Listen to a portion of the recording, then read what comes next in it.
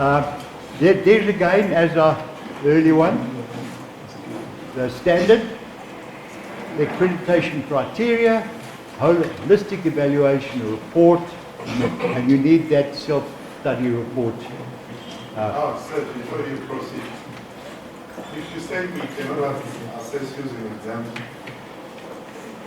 what's the difference of using an assignment test? That's different. You can do it, but just saying 50% pass means you meet it doesn't. It can be done, but you've got to be very careful. And you've got to do it right. And we'll talk about it.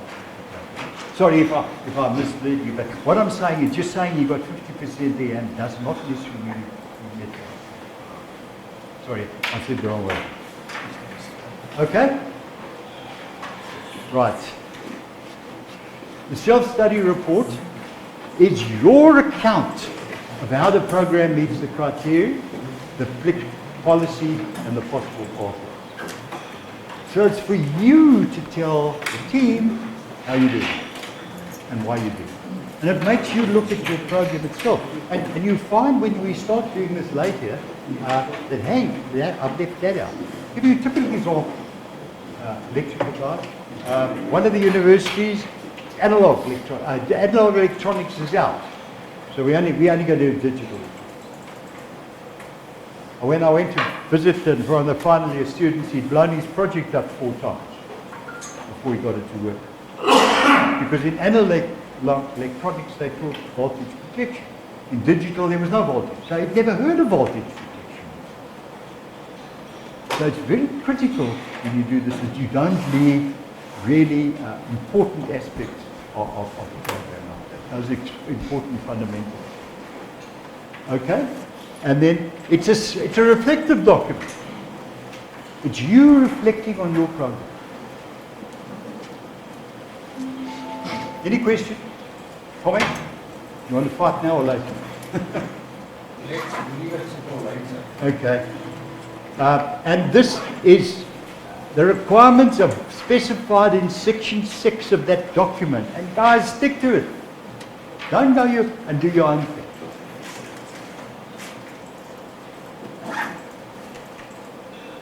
Right, there's the document alignment, just to put it where it is. This is the criteria, the 4 questions. You start off with the program and any follow-up the previous visit. Then it's your information, your course information. This is for them to look at criterion 1.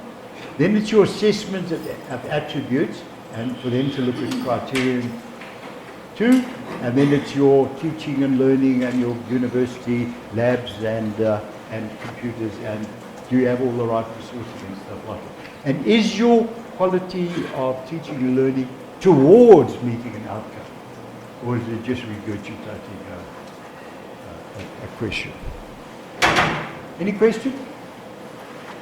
Right, let's move on. There's in the documentation, so we've just put it up there. For an initial evaluation, for regular evaluation, you've got to cover all those sections out of the 12.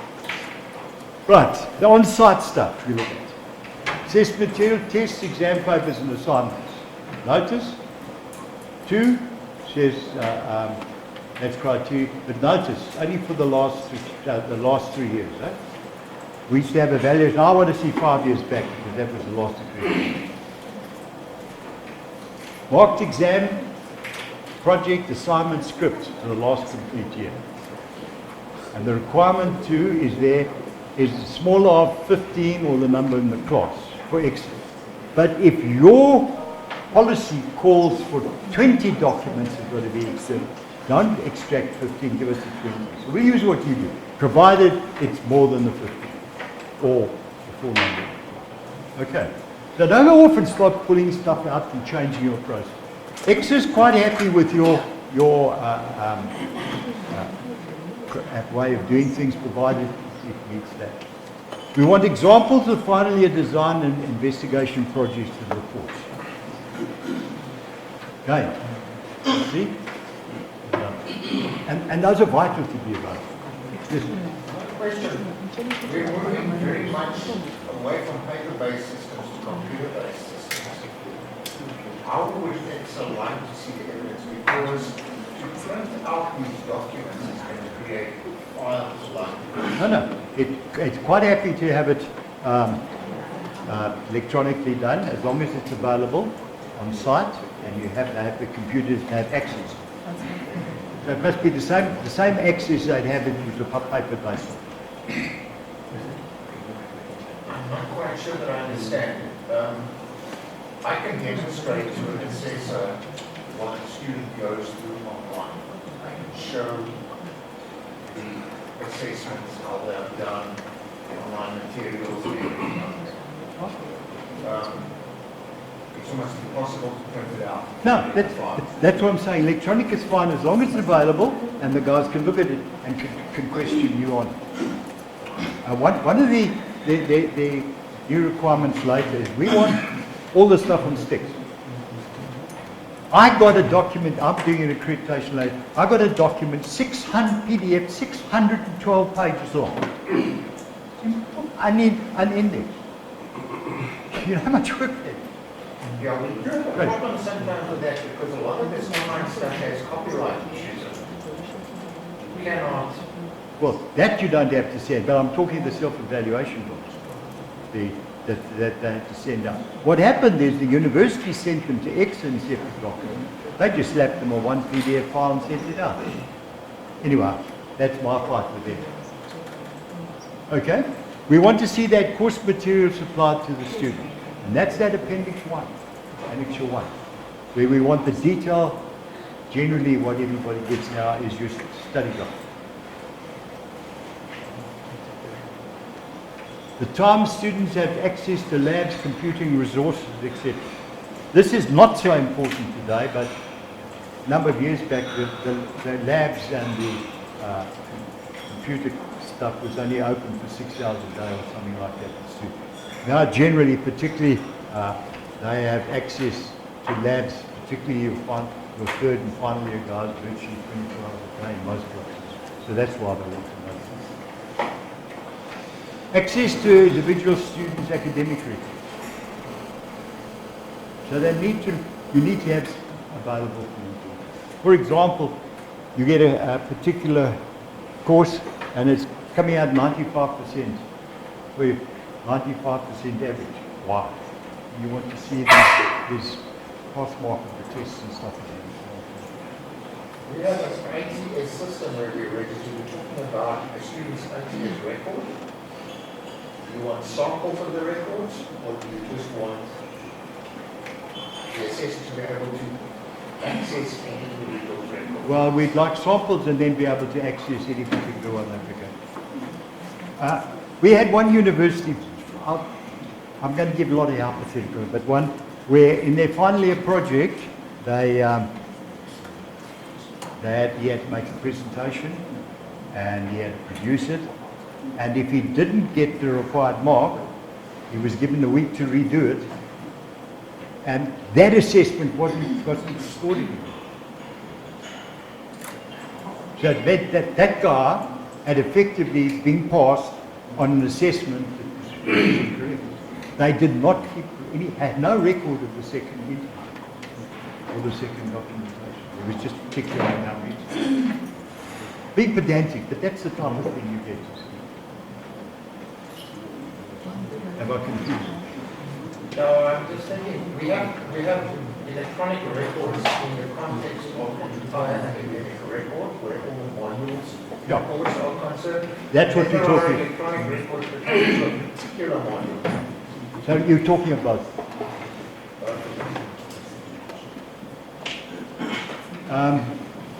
CVs of the department, the academic department.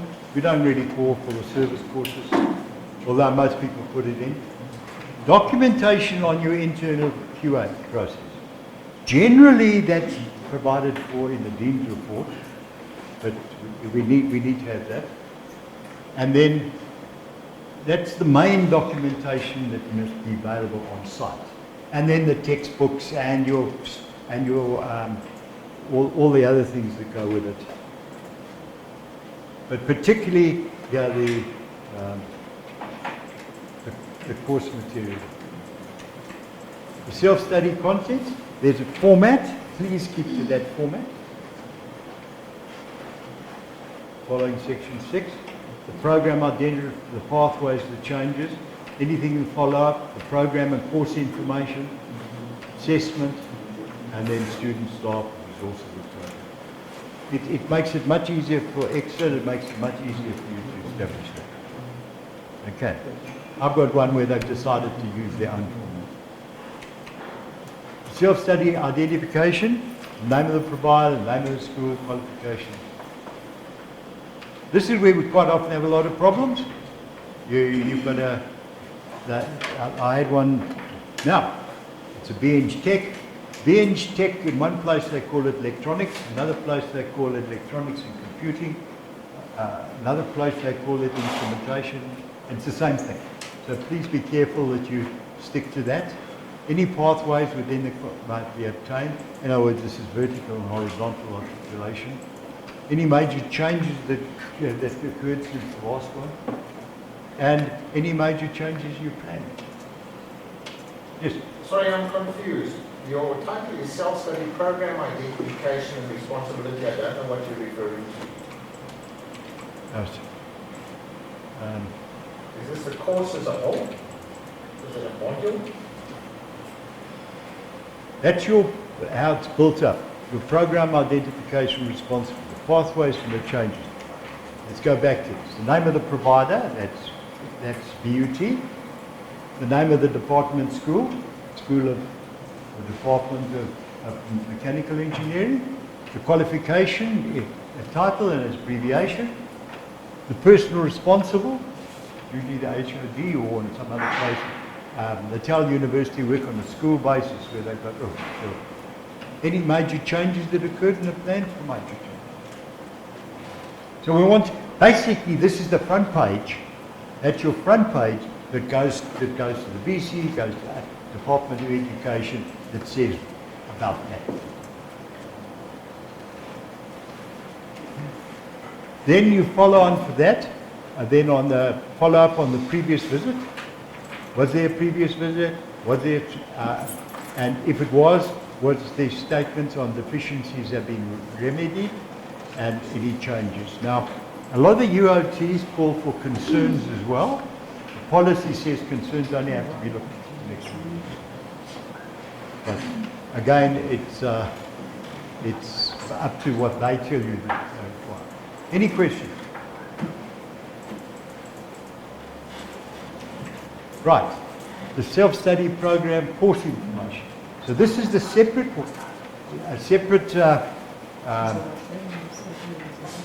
we asked for it in a separate document, separate file, and it's for all the courses that at the university that particular program has.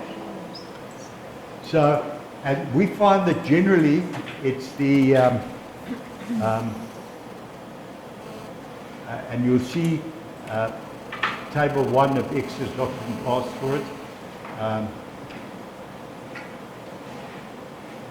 And it's just a written bit part of it, that's section 3. Go to the next one.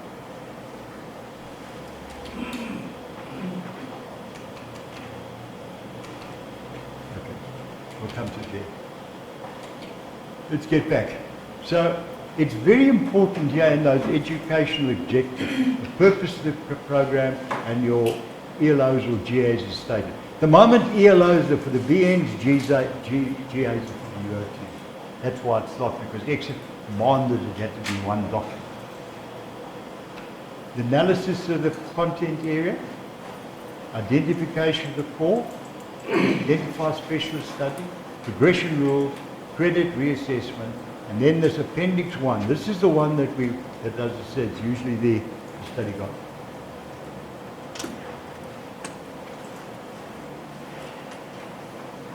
So this is a bit of verbiage stuff. If you look at table 1, you'll see the extra document. And I'll go through these in more detail. But this is the critical one.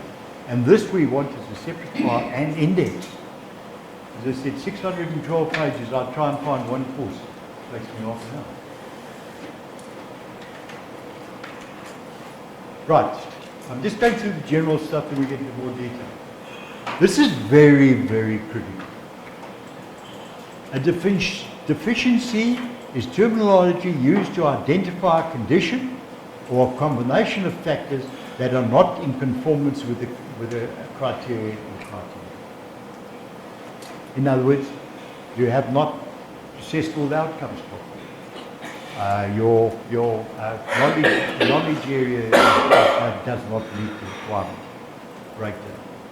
That's what we mean by deficient. And it's really, if you look at it in more simple terms, it's something that could affect the graduate or the quality of your graduate that comes in. In other words, it's something that's missing out the program, or it's something that the graduate hasn't met the graduate. He can't, there's no demonstration, no proof that he can solve complex problems. So that's sort of the definition. A concern is a matter that's not a deficiency now, but could be in the future. For example, shortage of staff. You've got 6 vacancies. What are you doing about it? So if you come back the next time and those haven't been filled yet, then this job, then it becomes a deficiency, or could become a deficiency. Safety, often safety in the labs, it becomes a deficiency. I'm just throwing just spanners to give you some idea. But deficiencies usually go around, most cases, the credits and the exit level outcomes. That's the biggest thing. And then in the resourcing, not enough budget, not enough time. Never forget one UOT, and I mentioned it earlier, we went to the electrical lab, walked through it, there's dust on it, and then you look behind it, there wasn't even wiring in it.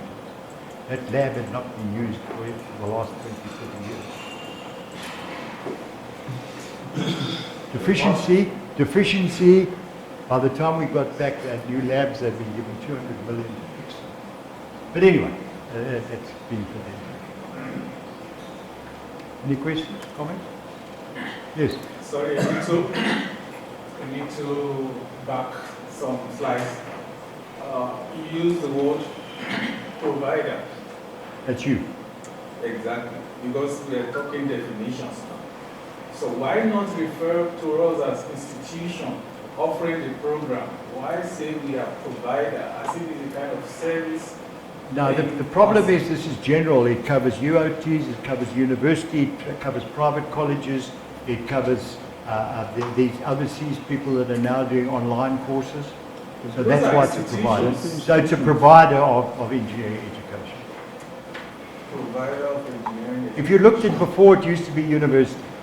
Then it used to be universities and then the separate documents for the We're talking technology. about a program being accredited now.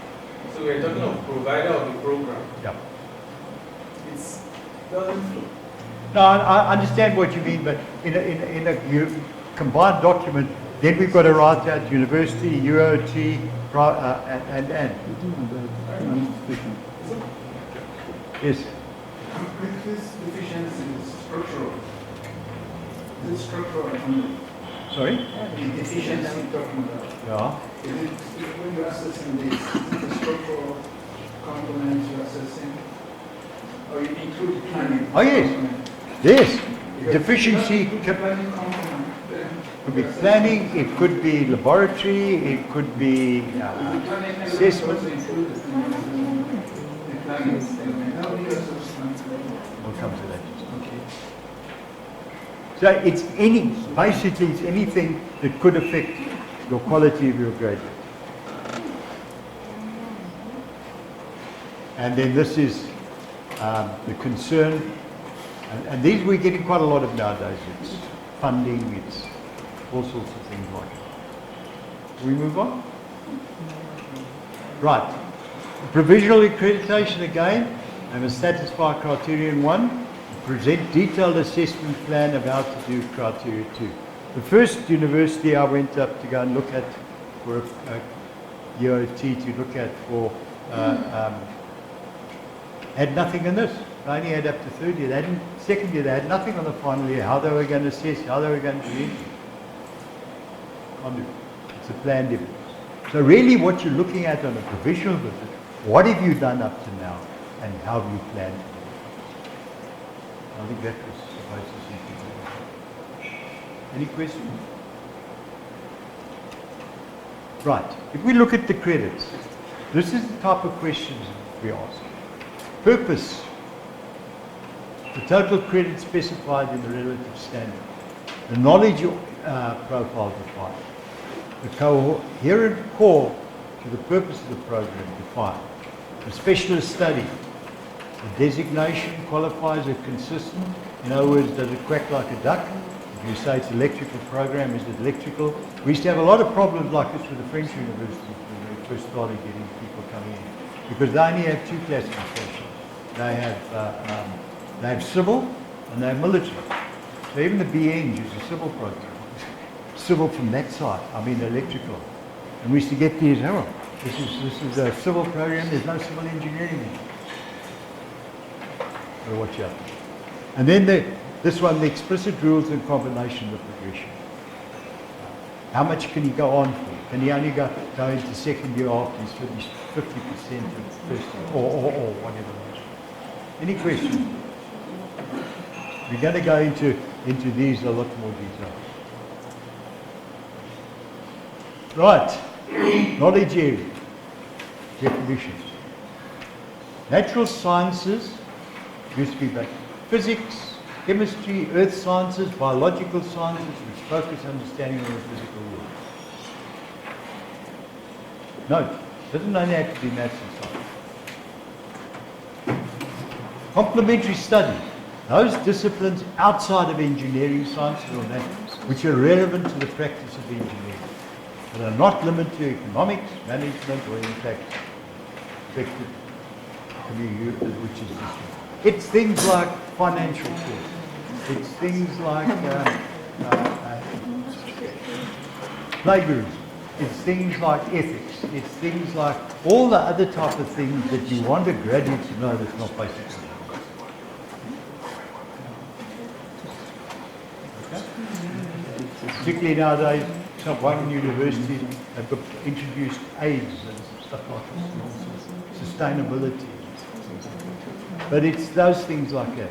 Economic, health, safety, social, environmental, codes of practice, applicable law. That forms what we call complementary studies. So when I see, and I've got it right now, the final year capstone project, and it's just, doesn't have any of this in it, but they haven't considered in this particular project the health and safety of it, or the environmental impact it's going to have, then how can you have a project like that? That report is actually useless. Anyway, you see what, and that's the type of thing that the assessors look for when they come to assess. Okay? Okay.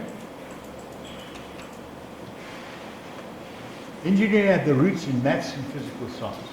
Mathematics is the umbrella term in basically all of this. Same with computer. And you'll notice now, unfortunately, let's miss this, in the BEng and in the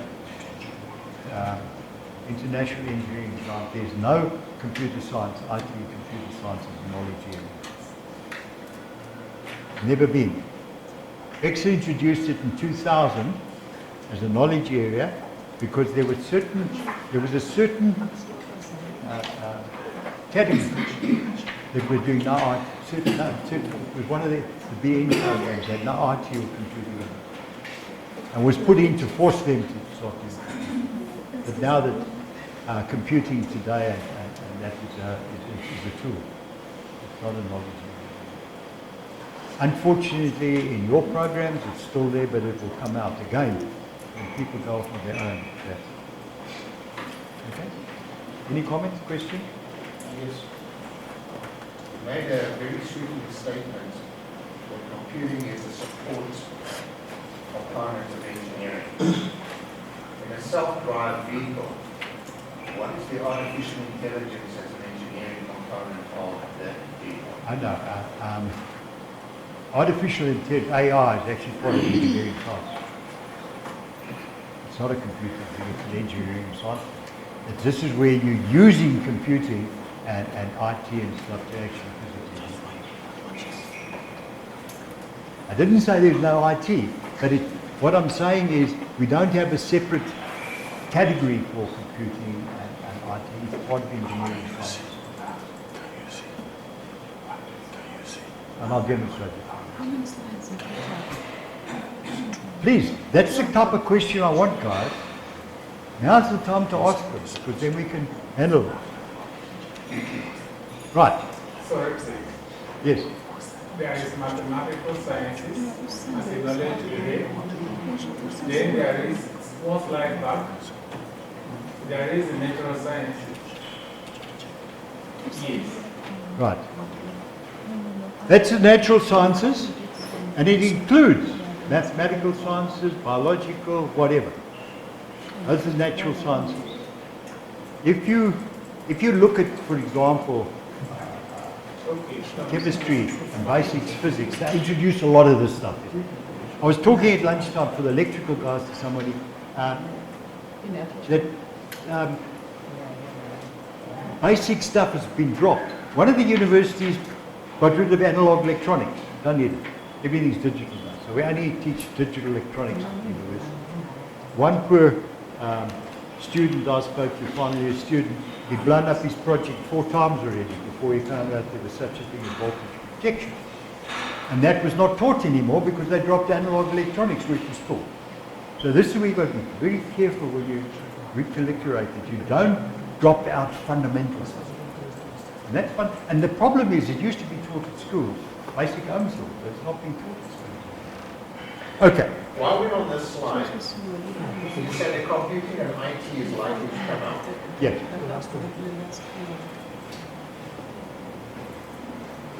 So, programming, artificial intelligence, data communication structures, would that go in under engineering science? It goes in there or there. Databases? Engineering. Okay. Don't forget, you've got to be very careful with this. Knowledge area is not using the knowledge. It's only learning new knowledge. This is very important if you're in computer science, not in engineering. In engineering, we need computing to help us do our job. And, for example, programming is not considered engineering work or engineering. In the registration side, if the guy's just programming, there's no way you'll get registered. Yes. I beg to differ with you. If you look at software and systems engineering, programming is an implicit part of it. No, I agree with you. It's not the end in itself. No, But I agree. and overseas, in Canada, for example, it's accepted fully as engineering discipline. We've got it here in South Africa too. There's a lot However, of, even listening to you, there's a lot of confusion. if you around this. look at a guy that comes out today, and it's becoming a problem. On the electrical side, you get electronic computing, and you get computing, and it's quite accepted. Now, when you assess a computing degree or now with computing, he must apply basic engineering principles. He's got to analyze. He's got to synthesize. He's got to assess. He's got to design.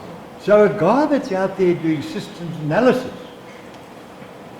doing engineering work, but a guy that's just sitting programming, he's only just programming text.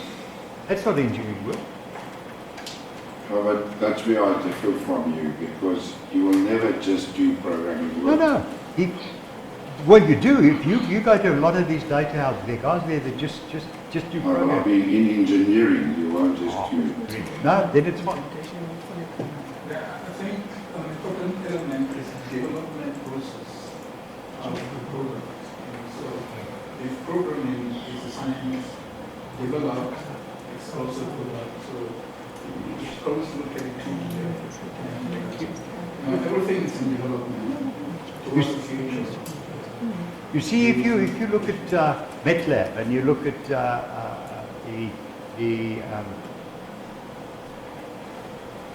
it's bloody Alzheimer's disease. If you look at SCADA and all that type of stuff, as far as the engineering concerned, it's new users. Some of us develop it, but most of that is use. So, and knowledge is new use. Examining, new. Context, we'll come back to that. But the whole issue is remedial stuff. And we'll get to just that. And one of the problems we're having in South Africa at the moment is English. People are battling English. English is not considered to be a knowledge area yet, because it's considered to be, you know, a remedial. You've got to do it because you should have done it at school. But a number of universities in the world today now have introduced English as part of their comprehensive study. And I'm for it, and I've been pushing it for a number of years, and we'll get there. Because I think it's become very, very important that we do English as a language, as a comprehensive study. That's me. Okay?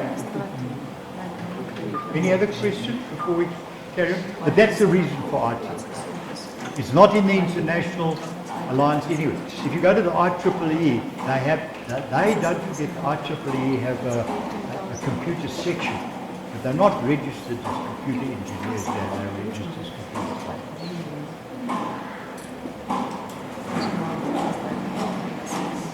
I differ from you.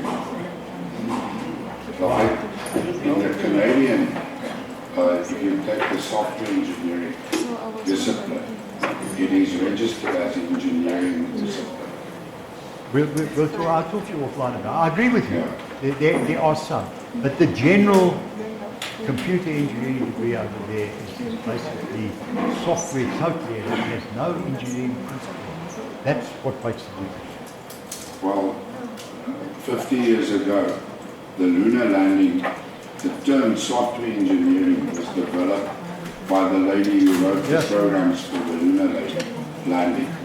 And that wasn't an IT job, it was an engineering job. Precisely. And you see, that's what I'm saying is that type of engineering is engineering work.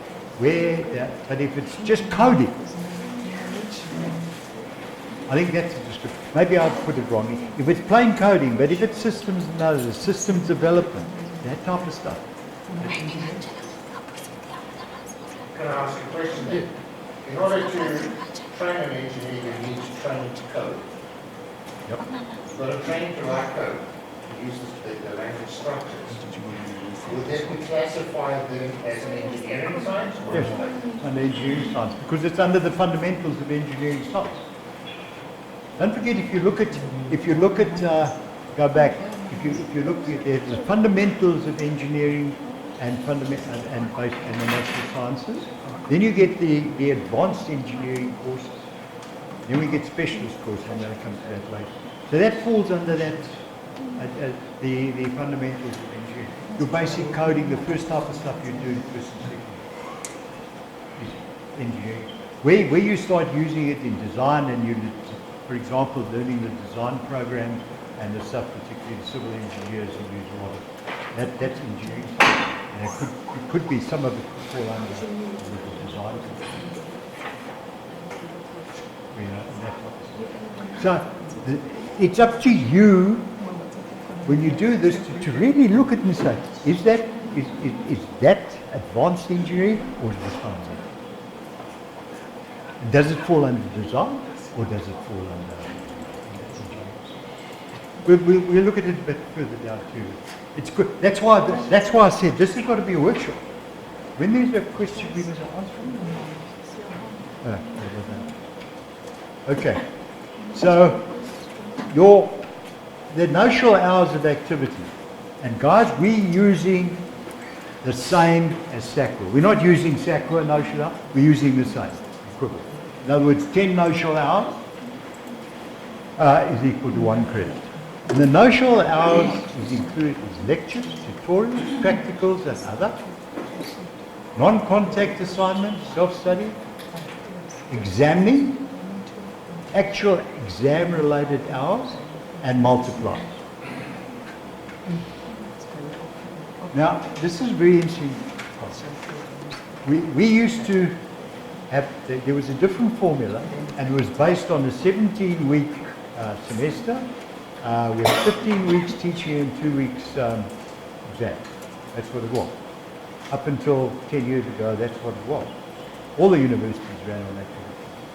Then they started bringing, now some of them are down to 15 weeks, some of them down to even as low as 13 weeks, of which is exam. So that's why we've hauled the, what's going on? That's why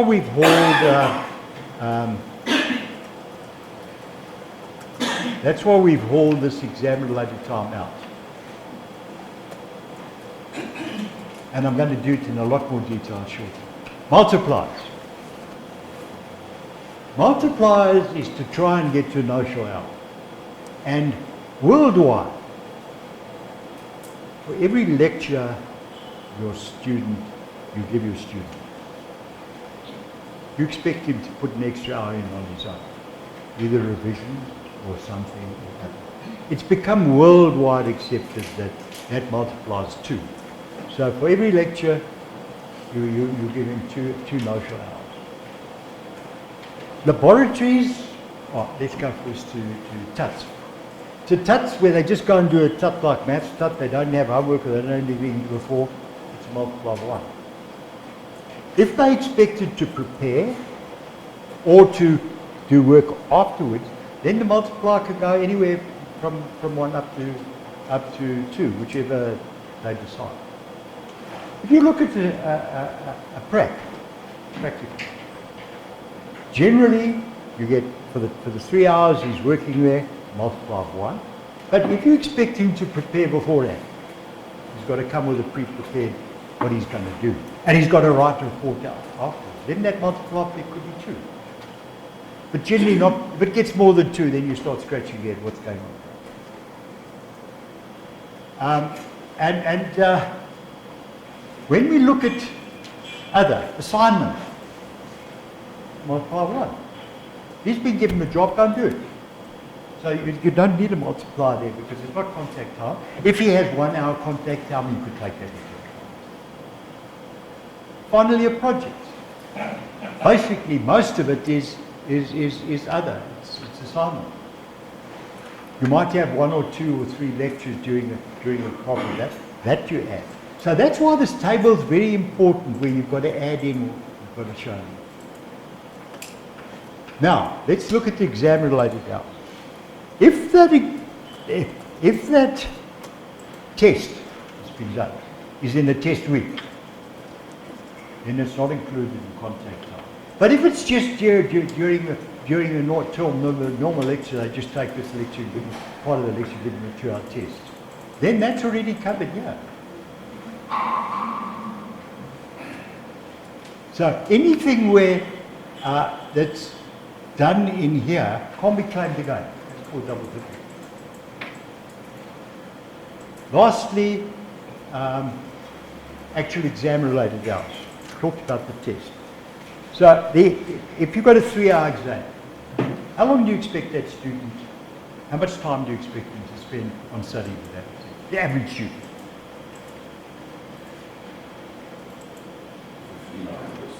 How much? 15.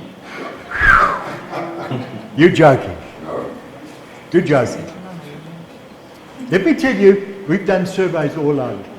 It's anything from 5 to 7. I mean 5 to 9.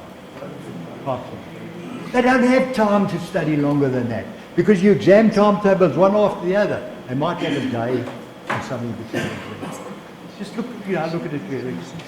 Now, I'll never forget computer science. In Pretoria, the computer science department falls under engineering. And they have engineering, you can get an engineering and computer science degree. Their HOD expected 30 hours study for the exam. Those poor guys were dying, remember, because they were getting 2 degrees. But generally, we find anywhere between 5 and 9 is typical. We're talking the average, not the weak student. But just think about it. If you want to have 11, have a reason why. same as if you want to, for a lab, have 10 reasonable. I've got one today for the project, which has got no exam, other than I've got to multiply 14 for contact time. So they multiply the project time by 14 is the notional. It's crazy. And that's why I want to spend time on this. You guys you've got to look at it and say, what is realistic? And you'll find that at in more underprivileged areas, the self-study time could be longer. There's nothing wrong with it, as long as you can justify it. Or people that come from in areas where it's very bad. Whereas you go to other areas, then if it goes more than 2, then I get very worried. Okay, let's talk. Come on, I want questions and I want to argue. Everybody's silent. Are you getting what I'm trying to talk about? Or what I mean by the model? It's to get notional out. Those multipliers, do we decide those multipliers? Yes. Okay. But if you go ridiculous, we're going to query you about it. That's why I want to see the spreadsheets. And yes, there are cases. There was one case that I had where the lecturer spent far more time with the guy than was indicated in the project. So then he justified why he had to have that multiplier. He had a multiplier of 2.2. So, and yeah, but when I see a multiplier of 1.376, then I know that's been reversed engineered. And we find that, I'll tell you, we had one university had a multiplier of 1.652. What they did is they said, we want 12 credits for this, so they reversed it back in the formula, reversed engineered the whole multiplier. Engineers, they're always got to be different. Are you happy with it? We're going to do more on it, but I just wanted to get the concept out. Yes. Well, I'm actually trying to get back to the report that was served after the previous recent visit. We actually reading of a report that says that the calculation of credit allocation to the knowledge area currently is deficient in that the credit calculation and allocation to the knowledge area are not aligned with the Ecsa standard. Okay, that is just a statement for me. Because now when it comes to the standard, when I see that I have a multiplier, we have some flexibility. We keep our multiplier and we explain that, and yet it is not accepted. So I've got the flexibility, but my flexibility might not be accepted, and nobody explains to me why it is not acceptable. Well, they should have told you why, that it's unrealistic or that this is wrong or that's wrong. You should be told. Yeah, you've got to be very careful. The report that goes to there are two parts to the report. As you know, there's the verbiage part in the front, and there's the schedule. I'd like to talk to you about that. Right. But again, yeah, should be more specific. Yes. All right, nobody has mentioned the elephant which is in the room, namely that these qualifications have been registered with the Department of Education with a credit allocation value for registration purposes. No, for registration by SAC. Yes. Not for registration with Ecsa. Sorry, carry on. I interrupt you. Every program has a certain number of credits allocated to an offering, a module offering, within the registration process of the qualification. The norm that was used in the design of these qualifications was the Ecsa norm in terms of the total number of credits that were required for the program. Good. It's only natural to reverse engineer those credits back to content.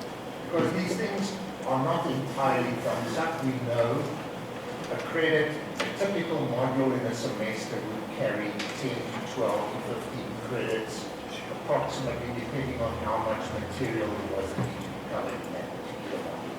That's fairly typical of the majority of modules in marine engineering programs. Now they carry 10, 12, or 15 credits. Now we come here. Now you're talking about a different kind of credit. This is now an Ecsa credit. Yep. When we can use this norm, we could end up with a 15 credit module now carrying 20 credits. Yep. Ecsa credits. Yep. Which is going to take the total for the program from the 420 to 500. Correct. That's what we want to see, because you realize you're overloading that student. He can't cope with extra hours. What we're doing in that formula, what is the workload you're giving your student? If you suddenly start getting 20, 30 credits in a normal lecture course, you've got a problem, man. You're overloading your student. I'll show you just that. Go back to SACWA and say, oh, sorry guys. No. SACWA give a minimum. It's got to be more than 8 credits. Doesn't say what it's got to be. They give a minimum. And as I explained earlier, when we did the survey of we found that the average semester was 70 credits, the average student. We went to all the universities in the country. Average student was about 70 credits per semester, 140. So we came up with 140 credits. SACWA all those days was still 120. And they still 100. That's minimum. And what we are after is what's the workload on your student, what exercise. Have I answered or have I confused you? No, I haven't answered the question because we've now got a conundrum. We've got a qualification that's registered and it's holding a certain number of credits. Officially, those are the That's fine. registered credits. That's fine. Now we get a discrepancy based on a new kind of credit. Based on a formula, Ecsa has come up, and you've admitted yourself that over the years you've changed this formula to suit what's happened. No, not to suit what's happened in education. In the days when it was a standard 17-week semester with 15 weeks lecturing and 2 weeks test and 2 weeks examining, don't forget there was none of this continuous assessment and any of that type of thing. That was when the original was.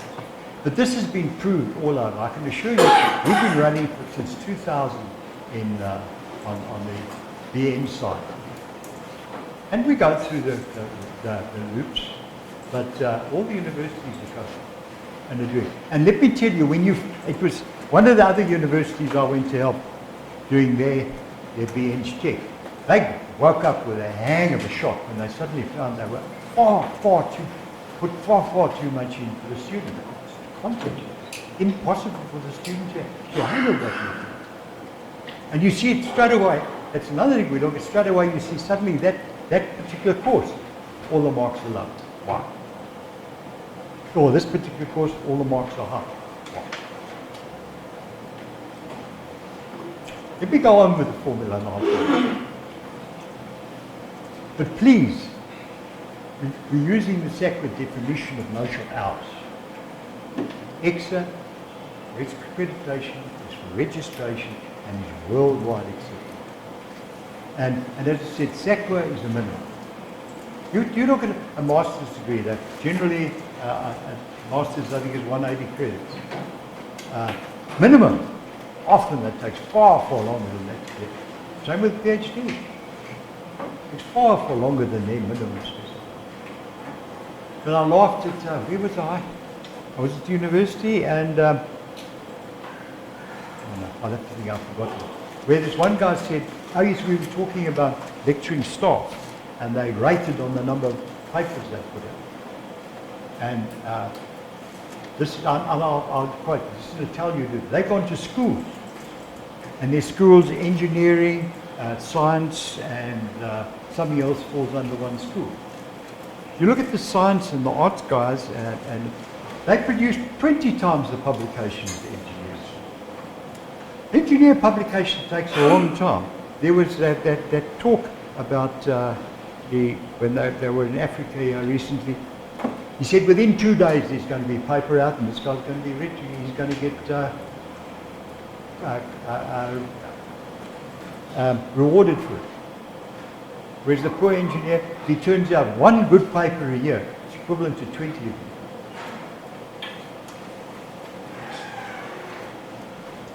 Yeah. Anyway, I'm getting carried away. Sorry.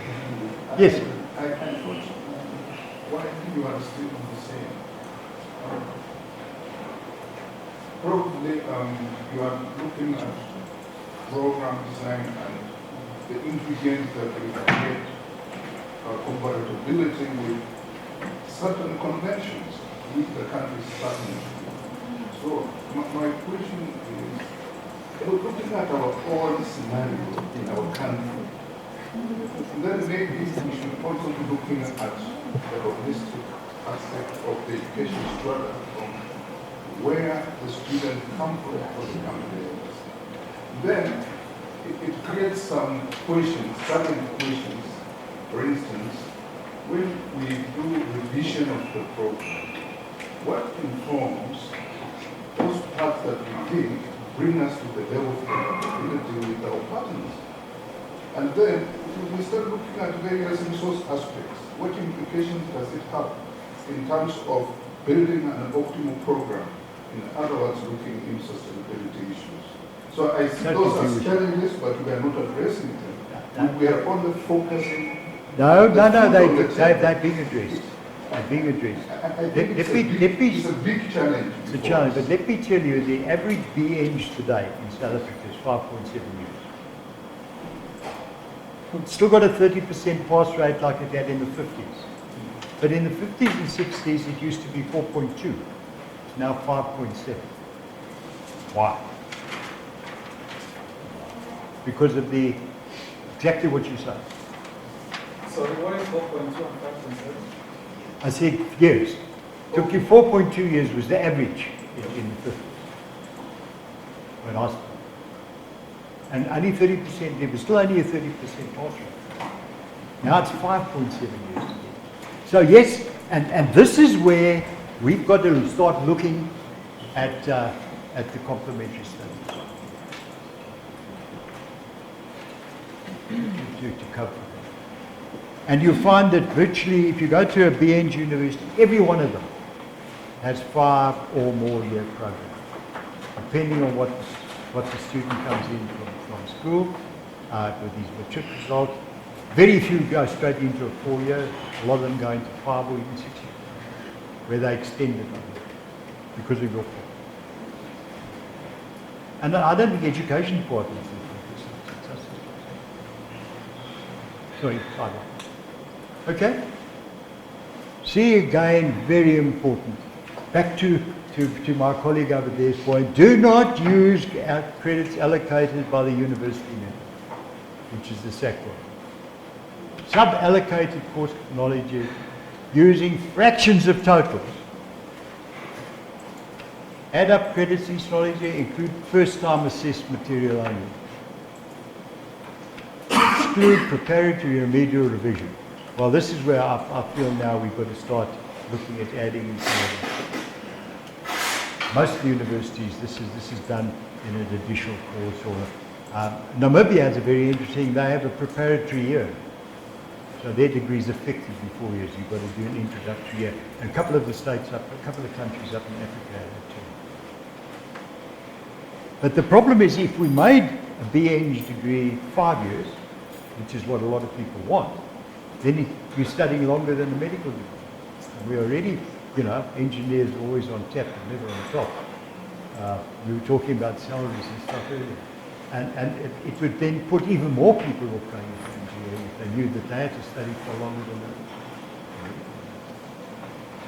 Sorry. Any other questions on it? Comment? We're getting to formula shortly. Yes? Actually joining, our colleague's opinion on the fact that basically what we're doing, we're literally reverse engineering to conform with what is happening. I want that. I want that. Because right here, the other thing is, initially, we never bothered that much about credits. Formula and We never bothered about credits. because it was there, and suddenly we have to go to the details of it. But now here, something is just very difficult because it is just, It's new. It's totally different. yes. That's the issue. It's just not very clearly, I mean, okay. While trying to do for this preparation here, I actually went in and dug into this is the government essays about this calculation. And at some point it says that it is just what I'm actually, for somebody that is maybe having the same document, I'm actually looking at point 26 or something, and it says the design of the program makes assumption, it's just an assumption about the volume of learning that is likely to be necessary to achieve the intended learning outcome. So if I'm in a space where I'm starting to make assumptions, I would expect everybody to start from the same assumption that I'm making throughout the process. So this is the number one thing where there is, to me, some kind of flexibility, but I'm actually pinned down on my choice of flexibility that is given to me. No, sorry. Okay, carry on, then I'll answer your question. That's right. And then here, they say that credits rating of a qualification is independent of the mode of delivery of learning. So, well, I understand that in some of our design, we actually allocated some of the multipliers to the standard student in Spain as a self-study because we introduced something and expect us to do some independent learning.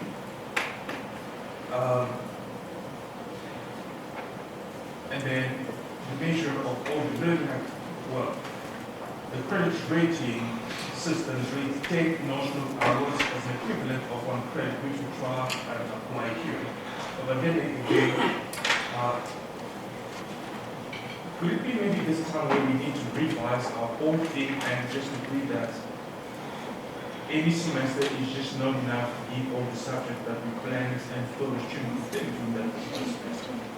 Well, make your degree 5 years and increase the credit limit and see what will happen with all your students. No, look, let me explain that paragraph. The first thing, and we'll come to it just now, is that when we get to that knowledge areas and stuff, is that Ecsa does not specify content. Ecsa does not specify content. You can put any content you like in, but make sure it's within the right context. Ecsa does not want a UOT qualification. You have to be the same as the UOT qualification before. They must be substantially equivalent. They must have the same outcome. And go back to the BN degree. If you're interested in satellite communications, both from the point of view of electrical and mechanical, go to Stellenbosch. They've got a satellite center, they're building satellites and launching it. If you want to do data, and I'm using that electrical, and chemical, suggest UCT, because that's what their research is on. Natal University used to be on rural radio. So it doesn't matter which line your research goes, but you see, we want general students who can specialize anywhere later. But nowhere in the world are you saying what, and that was the problem that you people are having, is getting at that new concept, because the UOTs in the past, the same was specified for every UOT. That's not. So you can change it, but make sure it's still engineering, because that's what the assessor will look for. Does it have the fundamentals in it, and does it have engineering that you'd expect? Because the field is so vast today, you can't be expected. You've got to teach them sufficient to be able to learn on their own so that they can do it. Sorry if I confused you now. No, but this is a fact. If you look at, if you take any one of the universities, their final year courses, the subjects are similar, might have a similar name, but they could be quite different. And it's the same anywhere in the world. Right? Should we go? Just a follow-up on your point on moving. Isn't it the same thing that you are talking about having to teach now and students having to carry certain amount of load Yeah. that is offset when you want to keep the standard. Because apparently it appears that we have engineering standards which we must meet, which are not only internally defined, but they are commensurate with certain levels in the national practices. And then obviously it translates into working in view of the external and internal circumstances. Now, you see what I'm trying to belabor on is, how would this not really translate into student overload? That's the point that I'm making. That's what, that's Because why, I that's, see that this is an imperative thing that has got to happen, that students must have to put up the socks and work with a certain significant amount of effort in a relative sense. And so we shouldn't decry the fact that the students are going to be overloaded. Probably we should reasonably be looking at the law. well, that's why, that's what's so important about this, and that's why we call it self-study. It says to you, ooh, I'm overloading the student here. I've got to relook at that course. One of the vice chancellors of one of the top UK said, if we had to teach the content that's available today that we taught 20 years ago, BEd's degree would take 14 years. Nowadays you teach principles. You don't go into detailed content. You teach principles, understandings, and how to use it. And you've got to slowly go over that way because the source of material that's available today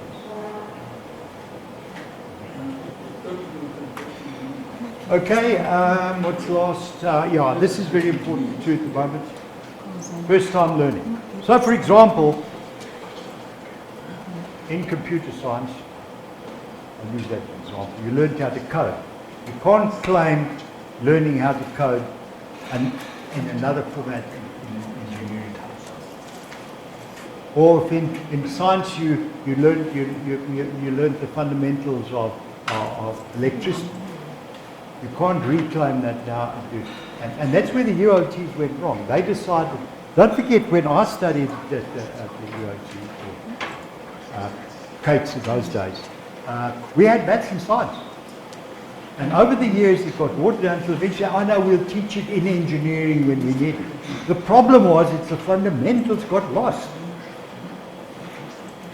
We had a long chat at the time. Okay, let's move on. Otherwise we're not going to get into it. Excuse me. Yes. Can I take you back to the previous slide? Include only first time assessed material. And I assume we talk about content, is it military, right? Am I correct? Yeah. Okay. So, this is something, okay. This might mean that all our credits to mathematics just need to go to mathematics. Not always. Well, since, I might not have the first time material to be assessed in my specific knowledge. Yep. The reason I'm actually proving this because I'm actually trying to match this training to the report that we received so that we can make amends to our own reports. And one of the things that I'm reading here, for example, is the allocation as specific subject coded for using students mathematics, where they think it might be irrelevant. Some physics knowledge where they suggest it might be irrelevant. But if somebody is responsible for a specific subject and they think that whatever technique maybe that might have been used in mathematics but without a practical implementation would actually be give them the license to take that particular amount of mathematics in their subject. How would it be now part of the concern or if you claim it, then you must prove it. You must. I want to see it's checked in the exam paper. Have you checked that concept? If it's not there, then you can't claim it. I'll give you an example. Electrical, electronic side, communication, maths. You don't do Maxwell's equations, but it's vital for these guys to do Maxwell equations and transmission line equations, which they don't do. That is at least 1 or 2 credits worth of of maths that you claim in that. But if he starts claiming 3, then I start getting worried. What are the maths that you see? So that's what they mean by it. And there are various other courses. Some of the metallurgy courses, they don't go deep enough on the physical stuff, particularly, and they've got to go and include it in engineering sciences. I might need to take you back to just like 60 about the, well, I mean, maybe not 60, but I'm actually trying to plan events. I mean, that's illustration of events here. Here, I have in front of me what we call the actual check of some sort of unit report or something. My question now, since it is something that I have to prove with facts, right? I might dispute that. This report says that this subject should not have that much mathematics. But I just have that as a statement. I don't have an opportunity to prove. No, you see, yeah, okay, I'm with you. That was very badly worded. It should say in this subject the mathematical content appears to be too high and does not tie in with what it says. Something like that. So at what level do I address this? You see, when I get to something like that, I go and look at the exam paper. Is maths being tested? Or is that being tested? Because that's the reason for the content. He must be assessed. I think Ecsa is 75 weeks and it's giving us requirements. I think it's the playfield now is we have to look at the implications will lead different new approaches to science and so on. That's right. If we can be given time, and Ecsa can also come in to try to mentor this and make sure that it's a question of people understanding the direction. Well, as I said, I must apologise on behalf of Ecsa because I don't work for Ecsa. I'm a volunteer now to go in there. But the whole issue, in fact, I'm not here from Ecsa at all. Your dean contacted me and asked me because somebody suggested he should get me here. The whole issue here, and I go back to what I said earlier, was poor initial training. And you guys, when a new thing like it, you don't do it in one day. You don't do it in 1 week. You need 4 or 5 courses and some practice before you do it. I can assure you that I mentioned the BNJ, when we started in 2000, it was deficiency after deficiency after concern. And what we did was for the first 5 years, we never took the complementary studies or all the other exotic. We just stuck to that and we said, we want to see progress towards it. And then after 5 years, we said, But that's when engineers control it. Okay, does that answer your question? A little bit. Okay, let's move on. I'm not going to do these exercises. Okay, there's the formula, guys. 1 credit is 10 notional hours. We look at contact, assignment, and assessment. So let's go over, but that's the formula. That's your lectures, your tutorials, your practicals, your your assignments, and your exam. Right. Oh no, man, I put the wrong slide. Somebody messed me around. Okay, let's look at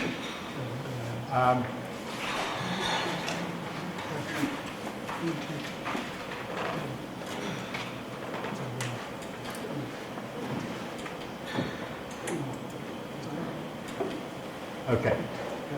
Let's look at this one. Maths.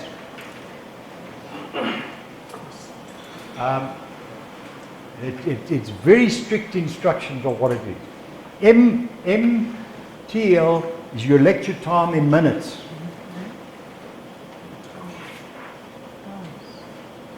And see, sorry, it's your total number of lectures. Total number of lectures. Minus any exams or any tests or anything where it's not been lectured. If the test's in lecture time, it stays there. So this must be the total number of lectures. It's 0.75 per lecture. So, because they've got 3/4 of an hour watchable. So you'll see this now gives you the total number of hours that student has full-time contact in. Question? Happy with what I'm saying? GL, isn't it supposed to be a fraction of the actual time the learner spending in Lecture. class? Yeah, this class is 3/4 of an hour. Yeah, so out of 1 hour. And this is the number in that semester. That's the actual total number of lectures in that semester. Isn't that L? Hmm? Isn't that L? The 60. Yeah, Like 55 lessons in the semester. that's what I'm saying. So in this particular case, this is the course that they have 60 lectures of 0.75 hours. Here they have 13 tuts, no cracks, no assignments, nothing. Okay? Yes. This case, the duration of the class is 45 minutes. Is that what it's saying? It's not like it's a rule. No. This is an example from a university. This is how they do it. You can have 2-hour lectures here if you like, or whatever. It's up to you. But this particular university used 3/4 of an hour. Okay, so if you look at maths, multiply 2. Right, it's fine. The lecturer expected the guy to spend an extra hour studying for every hour that he lecture. Tutorials. 1.5. So we said, what? And they give them homework to do after, which they've got to submit. So his 1.5 is acceptable. Fraction, nothing like that. And he said now, maths, they have no tests and stuff. They have the final exam and he wants 6 hours for every hour of exam. So that's, a multiply of 6 for the 3 hours. Happy with that? Forget about anything else. So that now, you feed it into the formula, and it comes to 165.8 hours. So that's 16.58 credits. Now where's your 12 that you're putting in? And this is where people try to reverse engineer. That's an actual one that they're doing. Now this is where you start looking at your exam results and you start looking at your success rate now. Surely this year we're starting down below that too. Should we have a look at it? That's the use of it.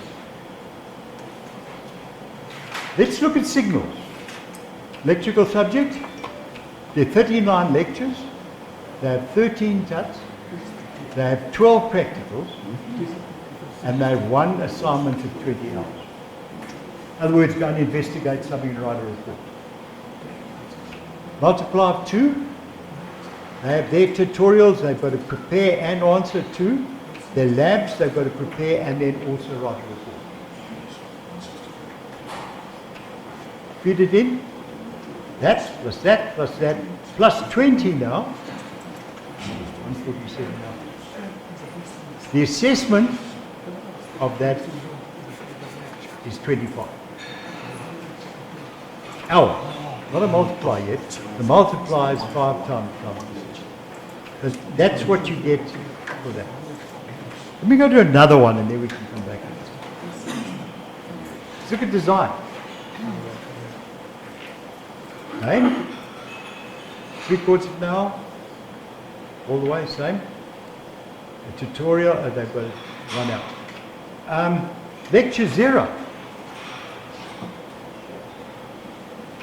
Tuts 12. This is when they had the tutorial where he came in and discussed it with them, how your project going and that type of stuff. But there were no lectures. There was no prac. And the whole thing was his assignment, his design. 240. 258, 25.8 hours. And finally a project is around about 20 to 30 credits is typical for, this is a BN program. Any questions? Let's thrash this out before we go. Now that's what you guys got to do. So you've got to look at your design. How many lectures have you had? Are you having? How many tutorials? And you've got to sort that out. And then you've got to look at the multiplier. What type of multiplier? 2 is pretty accurate. If you go to 1.5, so what? If you go to 3, 4, then you say 1. And then there's you're expecting him to do 240 hours to do that. And that's pretty typical of a major design or problem solving in your final year process. Sorry. Yep. Almost like that. Yes. This, for instance, on the maths signals, we have assessment of 5 hours. Where? That means you're going to write an exam of 5 hours. Yeah. Then. And he's got to multiply 5, so it's 25. Then that's 1. You're going to write an exam of 7 hours. Okay, that's all the assessment during the semester plus the final exam. Yeah. This is for his basically for his final exam, and he's got a possibly in here he might have 1 or 2 tests. So just like in principle, does it mean, for instance, this is a little slightly off tangent but related. If students' timetable, exam timetable says you write 1 subject today, the next one, like in a week you write 5 subjects, is in order. Because it's expected that, for instance, for a 3 hours exam, the multiplier is 15. No. I mean, the multiplier is 5. So all the hours for that should be 15. Which should fall in the day, and then the next day you write another one, and then you write. No, but don't forget that's a fixed 3-hour exam. This one here, it includes his presentation, it includes the whole work on it. I understand. What I'm just saying is, like, we have instances where students will just say, we are writing exam today, tomorrow, and every single day of the week is too much. And we are feeling as if it's, but in principle, it's normal. Right. I know that's why it's a little off tangent. Look, as I said earlier, you can pick any multiple you like as long as you can justify. As long as you can justify and prove it why that you use it. Sorry, you had the question back? Yes, coming back to that question about the hours for the exam and the multiplier. If you have a 3-hour exam and the preparation that is taken for that exam is between, as you said, 5 and 9 hours. And let's say it's 5 hours for a 3-hour exam. Your multiplier can't be 5, because if it's a 3-hour exam, it's 5 per the whole 3 hours. Yes, it's 5 times 3 gives you the total number of hours, but the multiplier is 3 and the hours for the exam is 5. Yes, but what I'm saying is that if you have 5 hours, 3 hours is one exam, and the other 2 hours are 2 separate semester tests. And he's going to be spending 5 hours for the exam, another 5 hours for the test, another 5 hours for the test. Then the multiplier can't be constant, because for the 3-hour exam, it's 5, the ratio is 5 to 3, whereas for the test it's 5 to 1. So how do you fill that in? Can you work out an average multiplier? No, the multiplier depends, the multiplier is the number of hours. So if it's a 2-hour exam, and let's say it's a 2-hour test and another 2-hour test, that's 4 hours, and a 3-hour exam, that's 7 hours, And then the multiply, and then you say multiply 7, and 7 sevens is 49 is the amount that comes in. Well, the multiply then be 7 is at 1 per hour. Well, if you... 7 hours of study per hour of exam. Yeah, that's what that multiply is. It's 7, it's your multiply. What amount of time are you expecting that student in per hour of exam? Okay. Okay, so in other words, it doesn't necessarily need to be 5. You can average it out between each one. If In the fact, presentation takes less, Table 2 asks you, table 1A asks you all the different assessments and how long it is. Okay. And that's where you work at. This hours here, those accumulated hours of divided attention. Yeah, so if you take this one, the signals, the 25, he's got to multiply 5 and he reckons there's 5 hours now for every hour of exam and testing. So that gives us his total assessment time, the time he's put in and the time he's been there is 25 hours. Yeah, so what is your day? Is your day 8 hours or 25 hours? No, look, you must decide. And as I said, the world average is about between 4, well, sometimes low as 2 and 10. You know, with checking universities all over. I mentioned the IT lady that wanted 32 hours, but then they only did two subjects. But if you start getting more than 10 then, you find that your students don't have the time to spend that on. They've got to sleep sometime. Does Ecsa stipulate an ideal student's day? No, this is the average student. Let me tell you, the bad student's going to study put a lot more hours. And the very bright guy's going to expect less. But we're looking for the average student. So what is the average? Your average student in the class, the guy that gets his 50-60%, he works hard, he gets through, but he's got to work to get it. You're not interested in the guy that gets 20% because he's not spending time on it. And the guy that's getting 90, he's usually spending less time on because he's so bright. I'm saying, does Ecsa stipulate a student day in terms of hours, like a typical, a guide for a day, a working day for a student is probably 12 hours of study or 16. Is there any such? Well, look, benchmark? don't forget the Sackworth 10 hours is based on a 38-hour week or 42-hour week. For the student. But for the student, those hours we find, why it came to 140 is when you analyse how much time the students work. Don't forget this was all queried through all the universities of the students. I reckon today it might be even less in some cases, in other cases higher. But you have to consider criticism for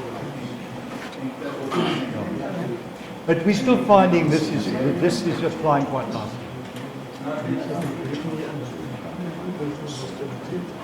Sorry guys, are we labouring it, but this is important, yes. Okay, does that mean maths is a 16.5 credit subject and civil is a 14.7 Yeah. credit subject? Yeah. Okay, so... And it's 16.58, not 16. And when you add them all up together, then you round off the last one. Okay, then we might not have our traditional 10 credit subject and 8 credit See, subject. this is why you must, this then tells you guys, you've got to look at it. So The then, one university I went to, the engineering suburbs were running over 20 credits all the time. They try to pump too much stuff in the book.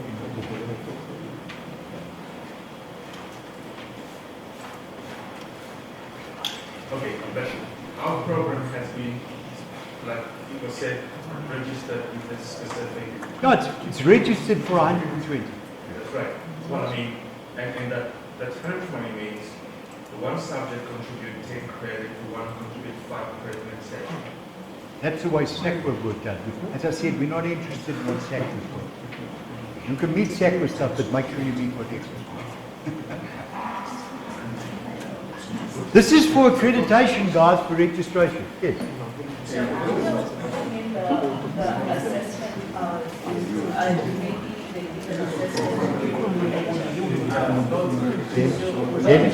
Then you don't. It's falling in your lecture house. the assessment hours will be an exam? It's only an exam that's outside the lecture house. Okay, can we carry on? There's still more on this, eh? We haven't got gone through yet.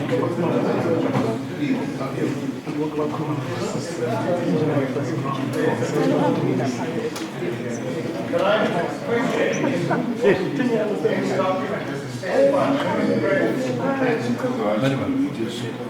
You need at least 140 credits. 140 or more. But when you then you'll find that somewhere here one of these courses is falling out a lot. How did you see? 140 is the minimum. So what do you want? 160 is starting to make trouble because you're now expecting that student to work, I think, 2 hours a day, a week.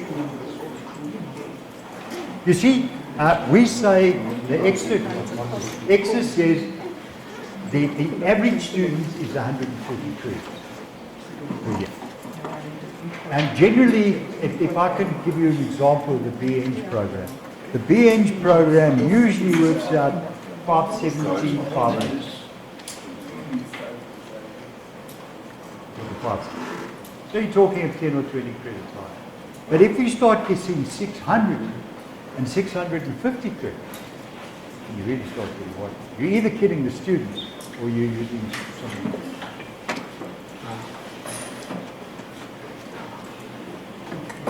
Because what we want here, what we want is the actual time the students spend. Not the time that the university thinks the students should spend, or the time that SACWA thinks. And that's how you develop it. You'll be surprised how this starts falling into place. Because you will now start looking at, you say, wow, and that's what this year, their maths, I mean their science particularly, their natural, goes way up. They are pushing far too much in direct contact. You said the other one where we had was 640, they were taking the SACWA or the university credits and only had 16, 12 and 8. Everything was going up, so they weren't kidding the students, they weren't using it. So whether we can have like a standard give us guidelines on how much hours the students actually spend. We have to ask the students how much time you spend on each specific task. Now you're asking a different question. It hasn't been done for a couple of years, so maybe we need to start a survey. That was just us to actually have any kind of multipliers for each. Well, you see, okay, now let me throw it back. You should know now how much time your students are spending. That's why you're picking them off. Sorry, that's a curveball, isn't it? You see, some places spend a lot more time on contract hours than they would spend in touch with laboratories. Some places have no touch, and they have you'll be surprised how many of this. Sorry, I keep going on. How many people? Have a massive number of lectures. And what's the student do? If he's been taught all the time to design, when's he doing his own design? So you see, this shows up all those times. It helps you people, really. This is not more for you than for Ecsa to look at how you're approaching your course. And it's critical when you're recurriculating and you're changing.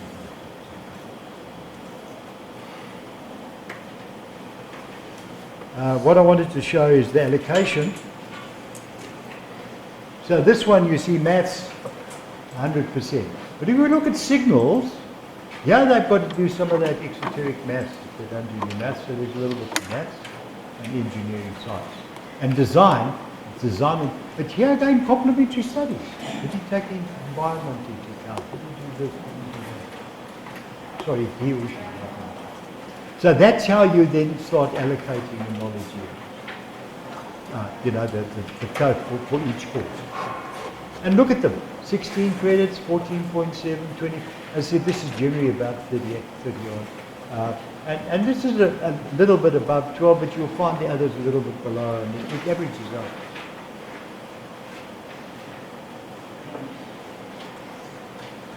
Phil, is that not too simplistic? No, I don't think. You are avoiding the complexity of the research. No, I don't think it's. It is simplistic in one way, but you now say that your course is 14.7 credits, and you calculate by this thing. Have you got too many lectures? Haven't you got enough lectures? It's yours, not Exa's. But if the judge said that generally some of this knowledge is very... But how do you, okay, without this, how do you determine the set of 12 credits? How do you work it out? Would you just sum it? You've learned with experience that this is the amount of stuff that the student can take. No. Anyway, this works now, and it's been working since 2000. And it's something new for you that you've got to get into. If you look at the table 1, for example, there it asks and what knowledge areas you're splitting it into. Each module. And you'll read the instruction there. It says the number of courses, it's all in detail there. What they're going to do. So again, it's the lectures, it's everything. Right, that's listed. And then, sorry, there's also table 1A that's fucking off. Okay, can we go off multipliers? We can come back to the game just now. Yes? Okay, maybe just before we go, I'm just looking at this table 1. Say I have the tier that I get from the table on, the table on page 86. Then I have the lecture time, which is the N. Where do I fit the N, the multiplier, in table 1? That's table 1A. Oh, okay. If you look at that table 1 that you currently got in the screen, and we refer back to those calculation pages that we had previously, I think it's slide number 86 and slide 87, where the exams and assessments are also shown. The table 1 does not account for that calculation. That's in table 1A. What I've done here, sorry guys, I'm confusing you. These are examples of how to get there. It's not copies of any of those tables. I've just taken a formula or a couple and put it in as examples just to show you how you get there. It's not a copy of those tables, really. But you see, table 1A, this is all the multiple. It was just too big to have a one table. Okay? That answer your question? Yes, maybe one last. Would it be inconsistent? If I take a subject this semester and I think that the way I present the subject allows for this kind of multipliers, and then somebody else or myself the next semester, I think that I would like to navigate the subject a different way and reassign the multiplier, would it be considered as something inconsistent? No.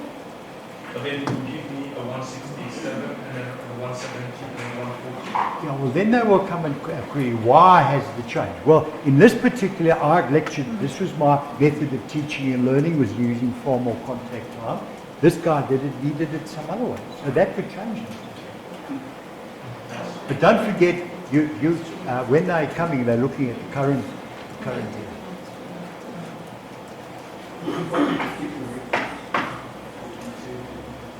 Right, if the elephant in the room is with integrated learning, what would the multiplier be then?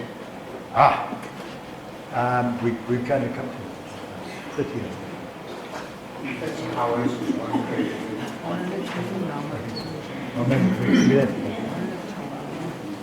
We'll talk about that. That's a big discussion.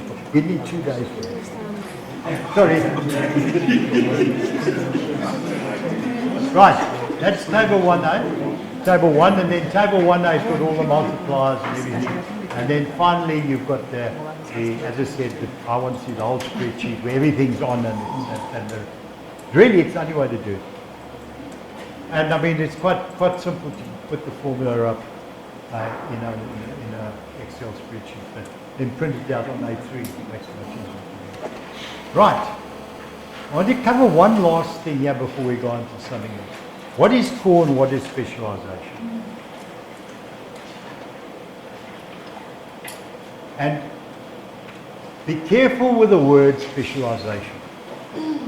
Specialization is not, and the old way where in civil you specialized in construction or in water or in transport. In this case, there's a coherent core of maths, natural sciences, and fundamental engineering sciences for that qualification. If it's electrical, you expect him to have some civil. You expect him to have some mechanical in it. Because he can't do it without it. The same as a mechanical guy that's in air conditioning, you expect, so those fundamentals of maths, particularly in science, of mechanics, and all that. Not just, and that's where the old UOTs, they just did it. The electrical didn't do anything on mechanical. The mechanical didn't do anything on electrical. So this is the fundamental core of what you consider necessary for that qualification. And you can go around and look at other universities and you'll find there's certain things that always appear as the core. Things like mechanics, things like basic electricity, and. So that is what we call the fundamental core. Then you get the specialist engineering, the discipline specific. This is the stuff, if it's power, this is all the power courses.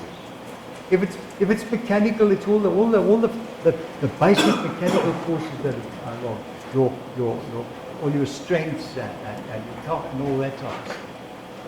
So that's what we mean by specialist engineering. And lastly, specialist study has many forms. What the International Engineering Alliance likes to see is that one of your final year subjects, you go beyond what's expected in the and typically, this has been at universities recently, is the students in renewable energy get an assignment where they've got to go and find out more than what is covered in the course and then come back and give a presentation. And that's what they mean by the specialist study. Further deepening of the theme, you just subdiscipline or maybe on. It's got to be limited, otherwise you compromise the core. Have you got this concept?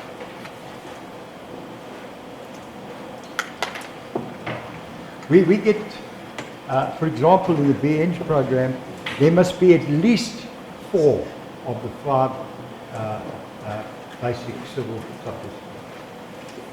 At least 4. Otherwise, it's not considered an acceptable degree. If we look at electrical, it's got to have at least the major. It's power, got to have at least the 4 major power sections. And that's what you look at when you do this. Questions, comments?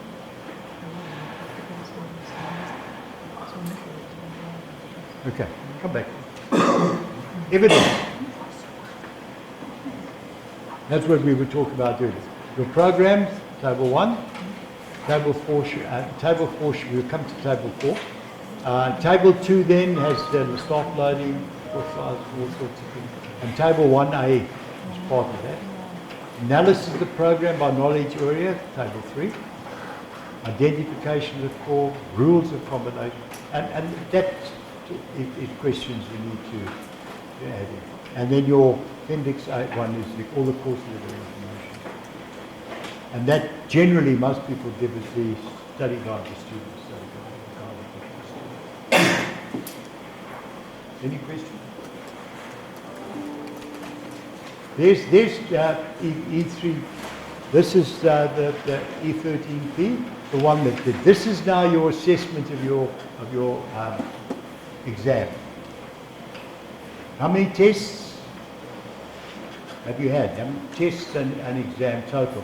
Where it gives you the total number of hours of assessment. Where you work that out.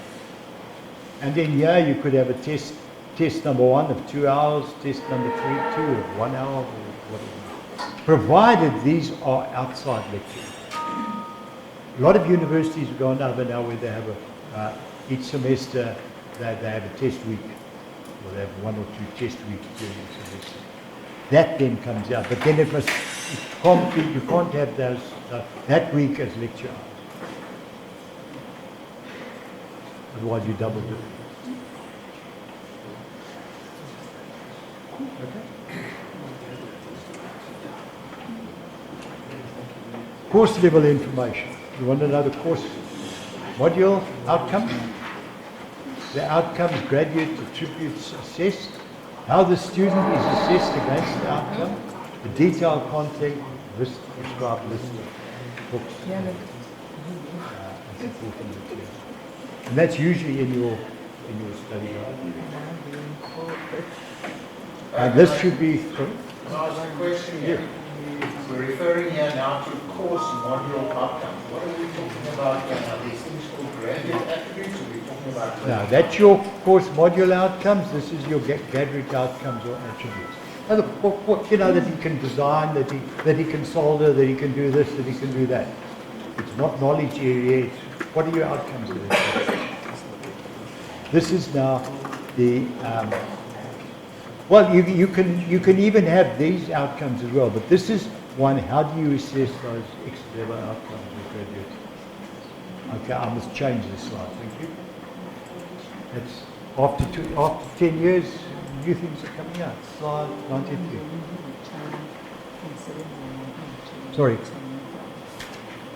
Well, you've got 2 outcomes here. You've got course module outcomes, which I would assume relates to the material content.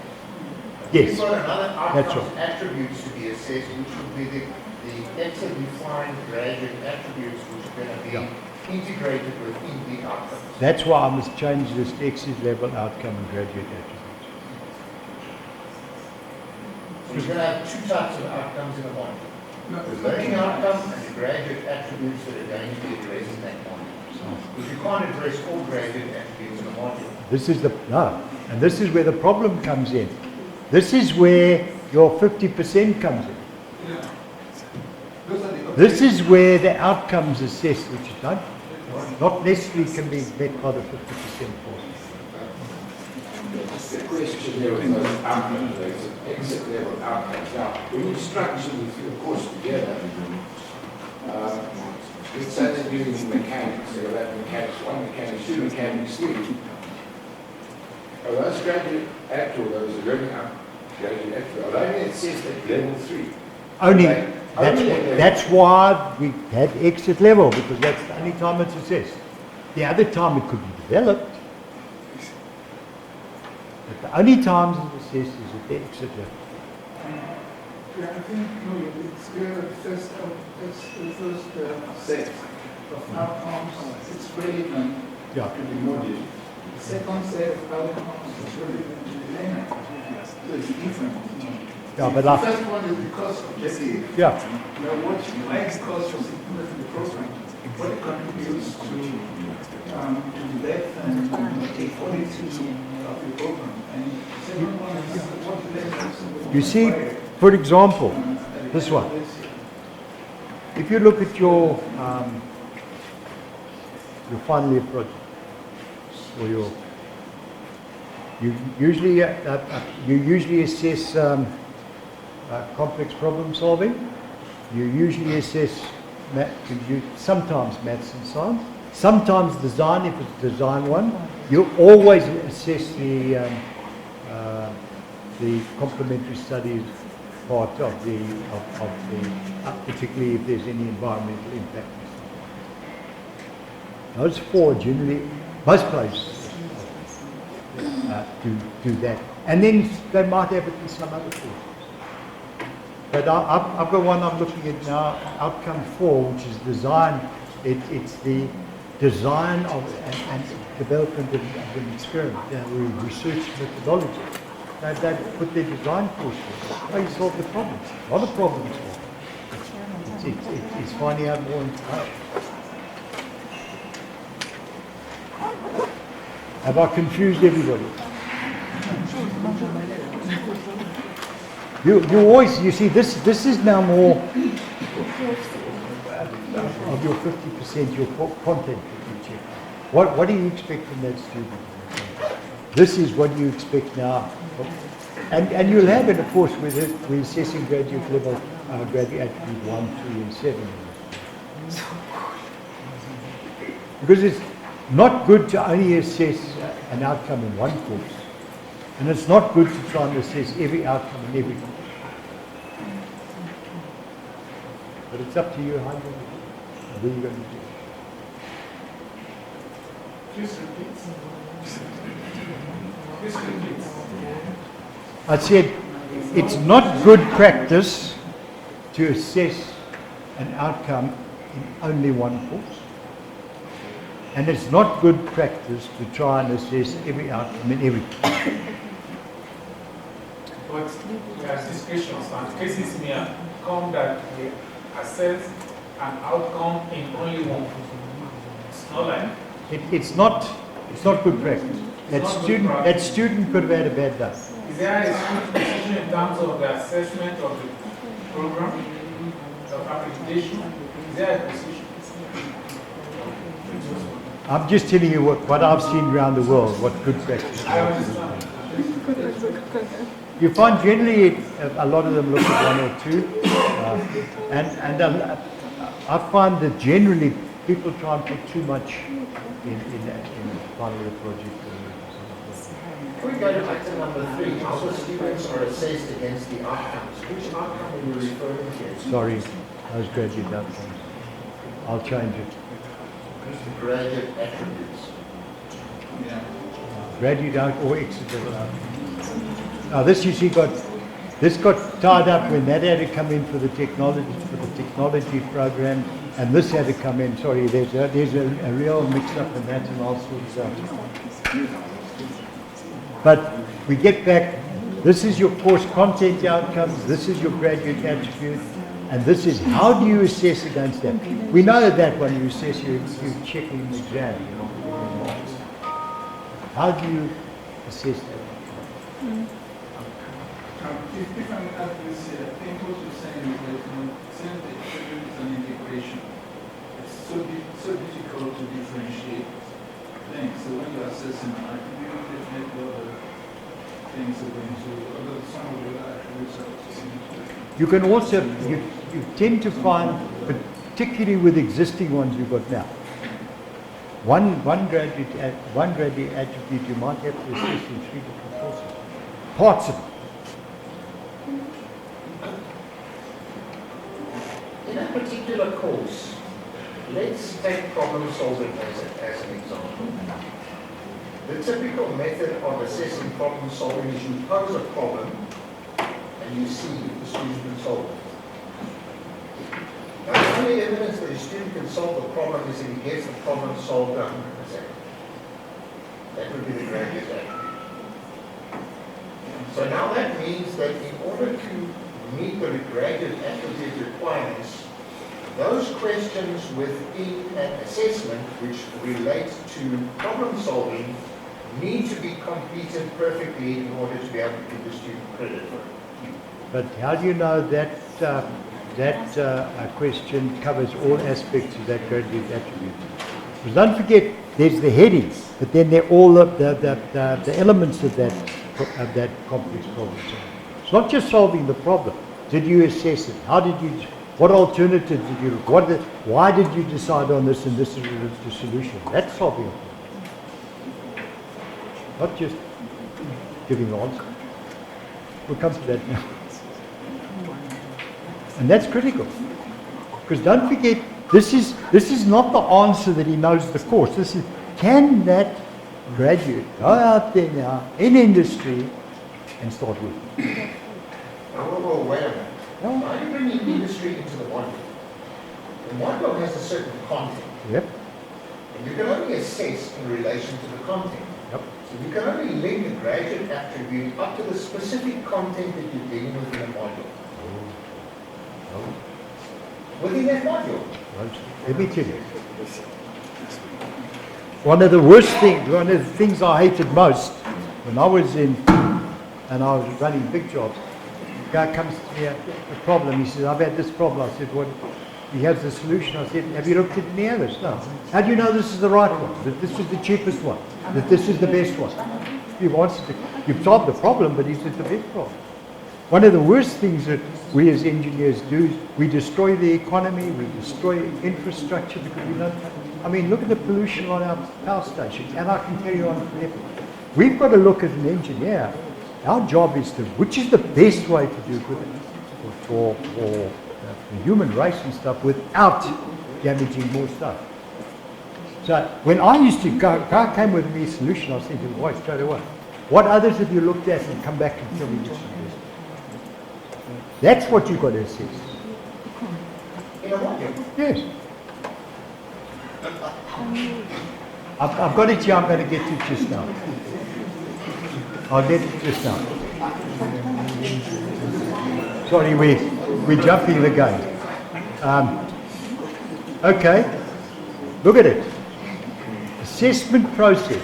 Ensure that all gratify each outcome graduate attribute defined in the standard.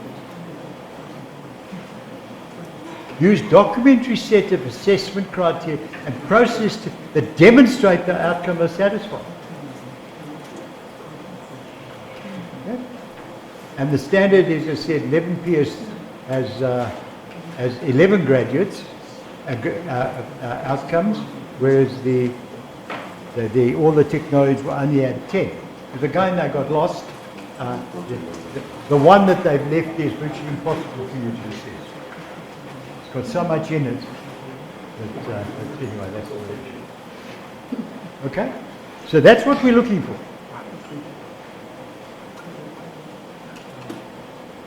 Yes, what's a graduate attribute? Forms a set of assessable outcomes that is indicative of the graduate's potential to acquire competence to practice at the appropriate level. That's just not passing the exam. It's being able to use that in practice, industry or whatever it's done.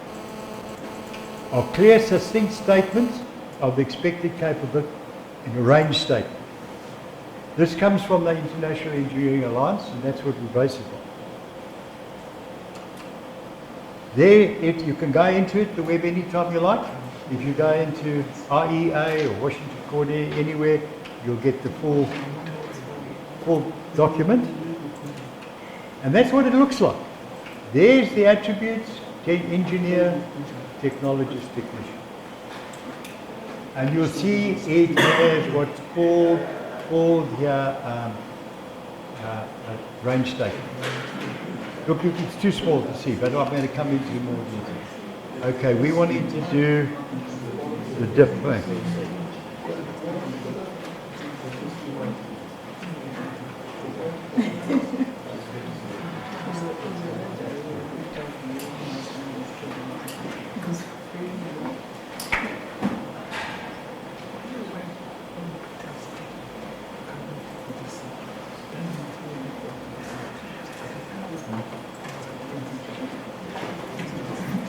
Right. We can go back to anything. Look, how's our time doing? We must be stopping for lunch. Okay, well, can we just spend 5 minutes, then we can go to lunch? The graduate attributes for this, there are only 10. That's a mistake. Okay.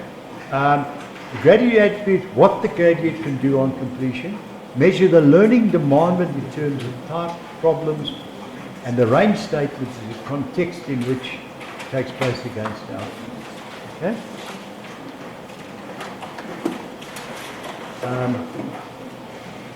The graduate for the diploma is apply engineering principles to systematically diagnose and solve well-defined problems. Okay? That's your attribute. Your level descriptor is this one. That's the definition of a well-defined problem. Can be solved mainly by practical engineering knowledge and underpinning related skills. Has one or more of the following. Largely defined by clarification, are discrete, focused tasks, are routine, frequently may be familiar and familiar. Have one or more of the characteristics can be solved in a standardized way, or within standards and codes. Information is concrete and logic and involves several issues of imposing conflict. I love using the civil one as the best example. Let's take a simple culvert that's got to be put in the Karoo, in the middle of, out in the Karoo, between two communities, because the road's got to go through there, that don't like each other and are warring, literally warring against each other. Is that a complex problem or is it a well-defined problem? Very complex. Why? They will break it. Why? Okay, that's another issue. The social issue, is it relevant to the culvert? Now the guy comes to me, yes, I've designed the culvert. That's not the problem. The culvert is standard, you buy it off the shelf. The placement of the culvert is standard design. What's the problem? Community. Yeah. And here. Largely, but must be clarified. Must solve issues, a few of these. So that problem is a complex problem, not a real problem. Don't forget, it's the technical plus everything else that makes that problem complex. And the same goes into when we look at design. If it's design, are you just using standard off-the-shelf software? You're just pumping figures in? It's not complex. Not even well-defined. Broadly. I mean, not even broadly defined. So you've got to look at these different. Now this is where you look at that problem you're talking about now.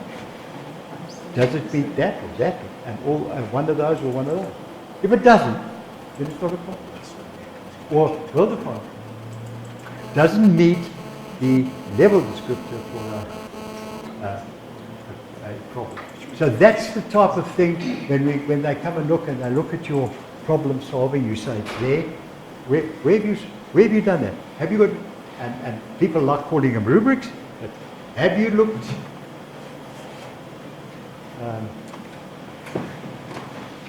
Have you looked at? Has he systematically diagnosed? Has he developed several solutions? Has he come up with the right solution for what he considers? Why has he said it's the best solution? So you need some form of measurement or rubric, whatever you'd like to call it, demonstrated that you've checked that and he meets it.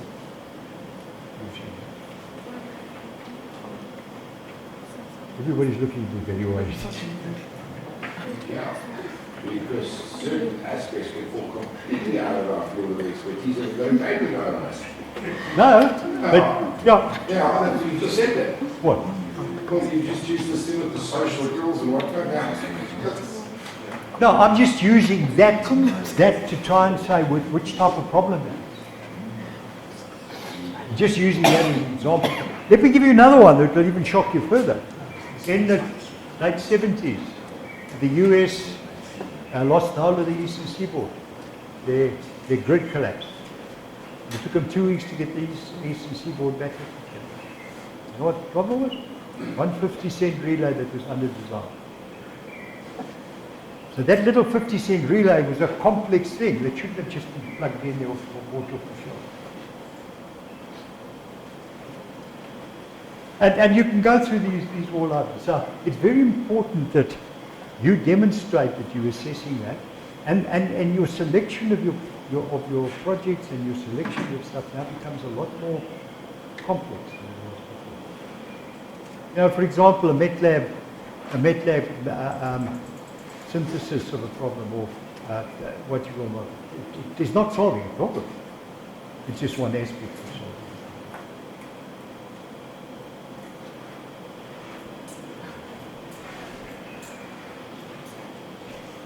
This is new, guys. This is different. And we also have problems with our assessors. They're not properly trained.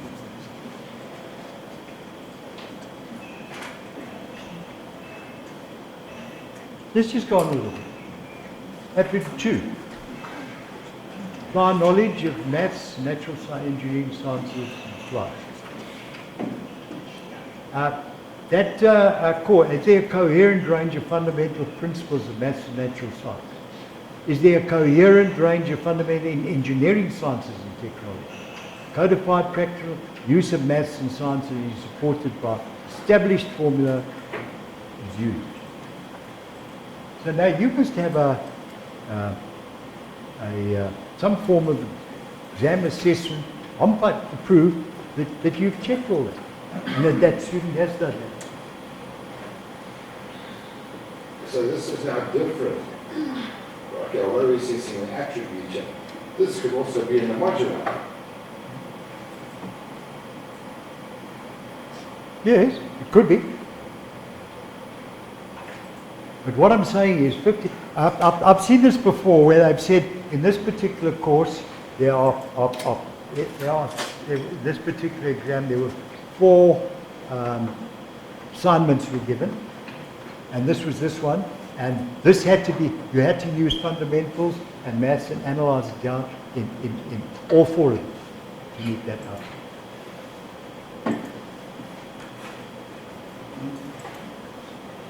The issue here is that you use a totally different assessment process to assess the attributes than you use to assess the knowledge. Your 50% can come in if you set your exam correctly. But it does not necessarily mean if the guy gets more than 50 that he makes a graduate attribute. I think that's the big crux.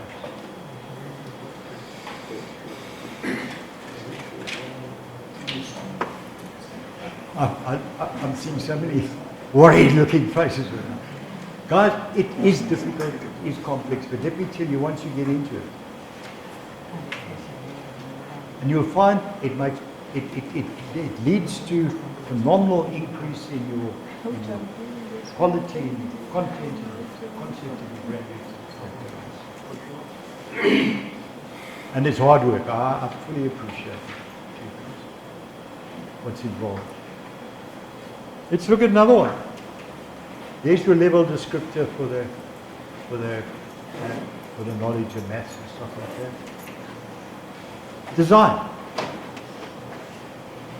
Sorry. Perform procedural design of components, systems, works, products, processes to meet the requirement. Notice, guys, processes, particularly industrial and others. You don't have to design a widget. Process design is equal, provided. Provide evidence of compliance. The design problem would be typical of what expected, selection of components, engineering work. So here, you've got to look at, what selection he done? Has he gone into the following design steps? Has he done what we normally do in our standard design? He's looked at different scenarios, he's come up with his project. He looked at alternatives, he selected alternatives, that kind of stuff. That's your design work. And does it meet that?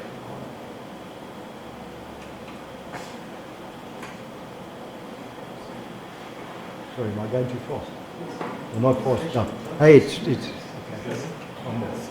Engineering methods and skills. Now this is the one where people get it totally wrong. Use appropriate techniques, resources, including IT, here's your IT, for the solution of well-defined engineering with an awareness of the limits or restrictions of Now, Range of method, skills, tools appropriate to the discipline. So that's all your engineering methods. This is your computer programs you're using. This is your MATLAB. This is all that stuff. Did you observe that, by providing a massive detail, you often detract from the essential. So, I mean, Ecsa is doing well. To be really people-orientated, it is approaching. Oh, yes. Try to be concise descriptions. Because the lack of conciseness means that you're often wandering in different directions. Yeah.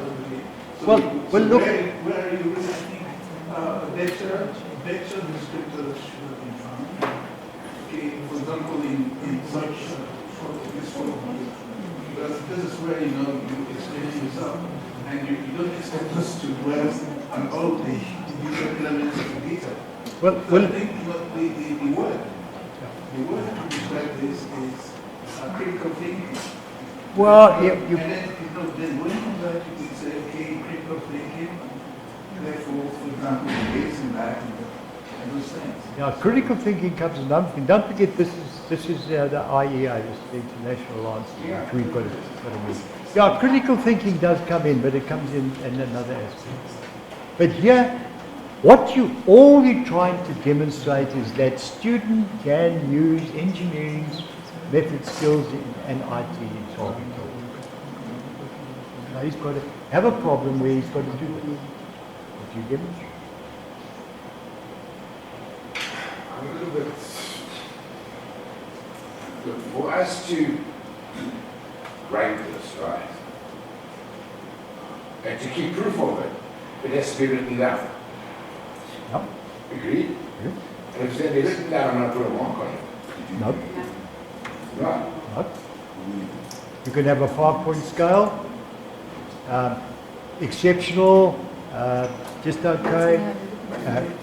Acceptable, unacceptable. That's not grading. I don't have to say 57%. Well, I mean, it's the grading. No, but you've got to have the reasons for that. You've got to have that list. What have you checked to get to that point?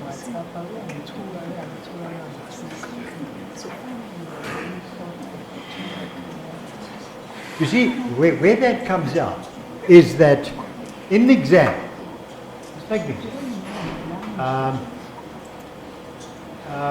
He might not have, in your exam that you give me, he might not have had to use MATLAB or anything like that. We're going to demonstrate that he hasn't done it.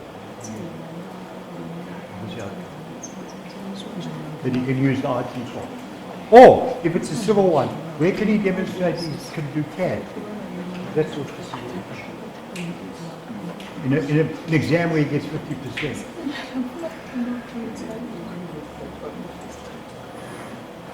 Look, it's a new concept, I understand. Because here we are on a can do. Can the graduate do it? And again, not that he passes the exam, he walks out there and knows nothing. Or can't implement, can't apply. You look at how often, I don't know whether you get it too, but at university we get a guy coming in from school. He came in with 6 A's in matric. He gets four A's in first year and fails one subject, and then he gets no further. Because he learned without learning. He can repeat it word for word, but he can't think and he can't apply it.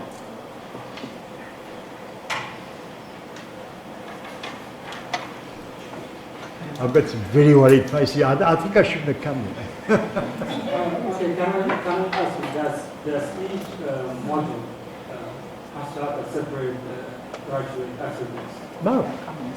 You can do them, as I said earlier, you can do them all in one, or you can do them in but you don't have to, you assess that outcome in the module that's easiest and best to do. So like mathematics, you might assess there, but you're not going to do mathematics and safety and principle. It's not going to, you understand. And so it's up to you people to select which is the best subject to demonstrate. Which is the final portion? Not necessary. If you look at mining in the BNs, they finish geology and stuff in 30. So there's a third year exit level. No, it's at your exit level. Let me just go on to one more, just to confuse you even more. Right. And this is the problem with your program. Demonstrate knowledge and understand the impact of engineering activity on society, economy, industrial, physical environment, and address identified. It's impossible to assess that. In one assessment. Evidence of case studies, typical, graduate, standards, document, involved, limited, cycle, consequence of locally important, well-defined. This is impossible. After talking last year, when you get it, it's impossible for you to try and demonstrate this. So what the BNs, you will find that 5 and 7 have been split. You take it out. Because 5 also has look at that one.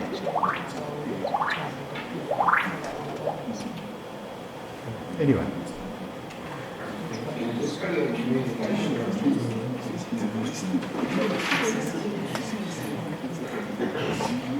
Communicating effectively both orally and in writing. Yep. So you can't do one or the other. Both have to be there. Right. And this is usually done in your final report, because they've got to do a presentation. So this is where you check his presentation skill, his anatomical skills, and then the writing skills. So that's typical of the project is typical of assessing it. And then you have a rubric or scale, 5.7 scale.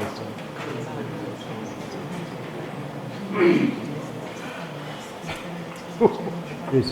For that specific one invitation, you have to understand, so you have to assess individually each one of our procedure. That will take us. Well, I'll tell you, if your capstone project, there's not a presentation, it's not a capstone project. If you look at the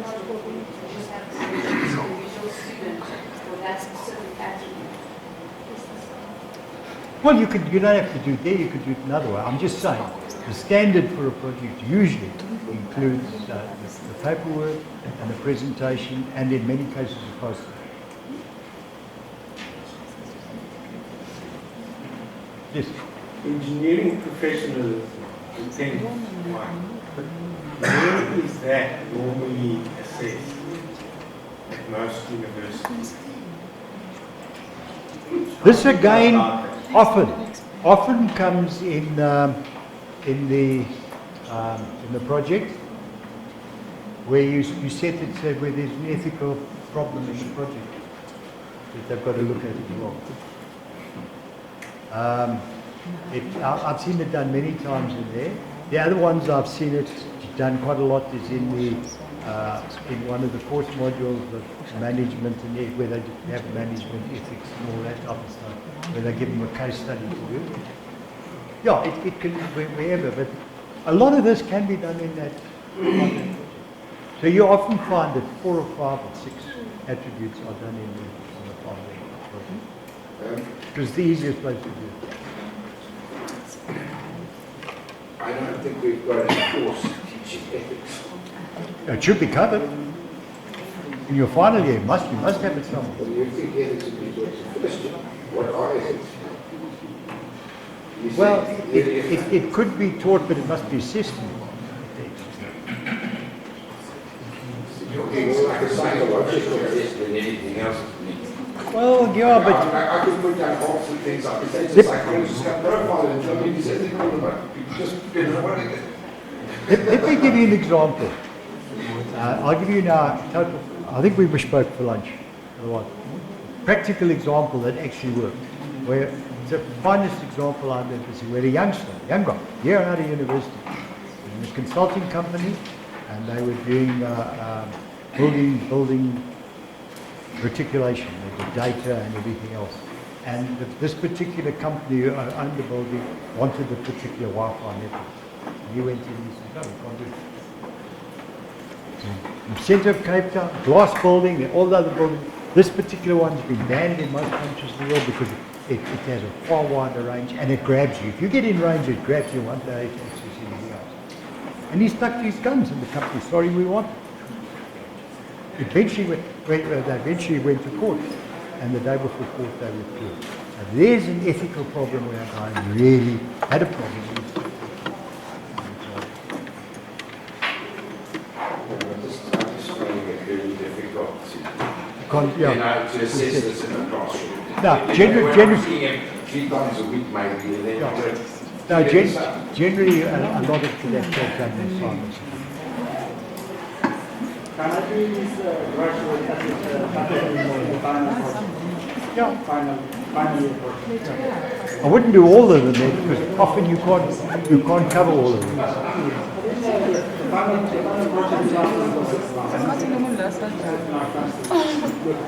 A lot of people do a lot of them. But you'll find there are a couple you can't do in the project, unless it's one heck of a project. Anyway, let's break for lunch. We can talk about it and we'll come back.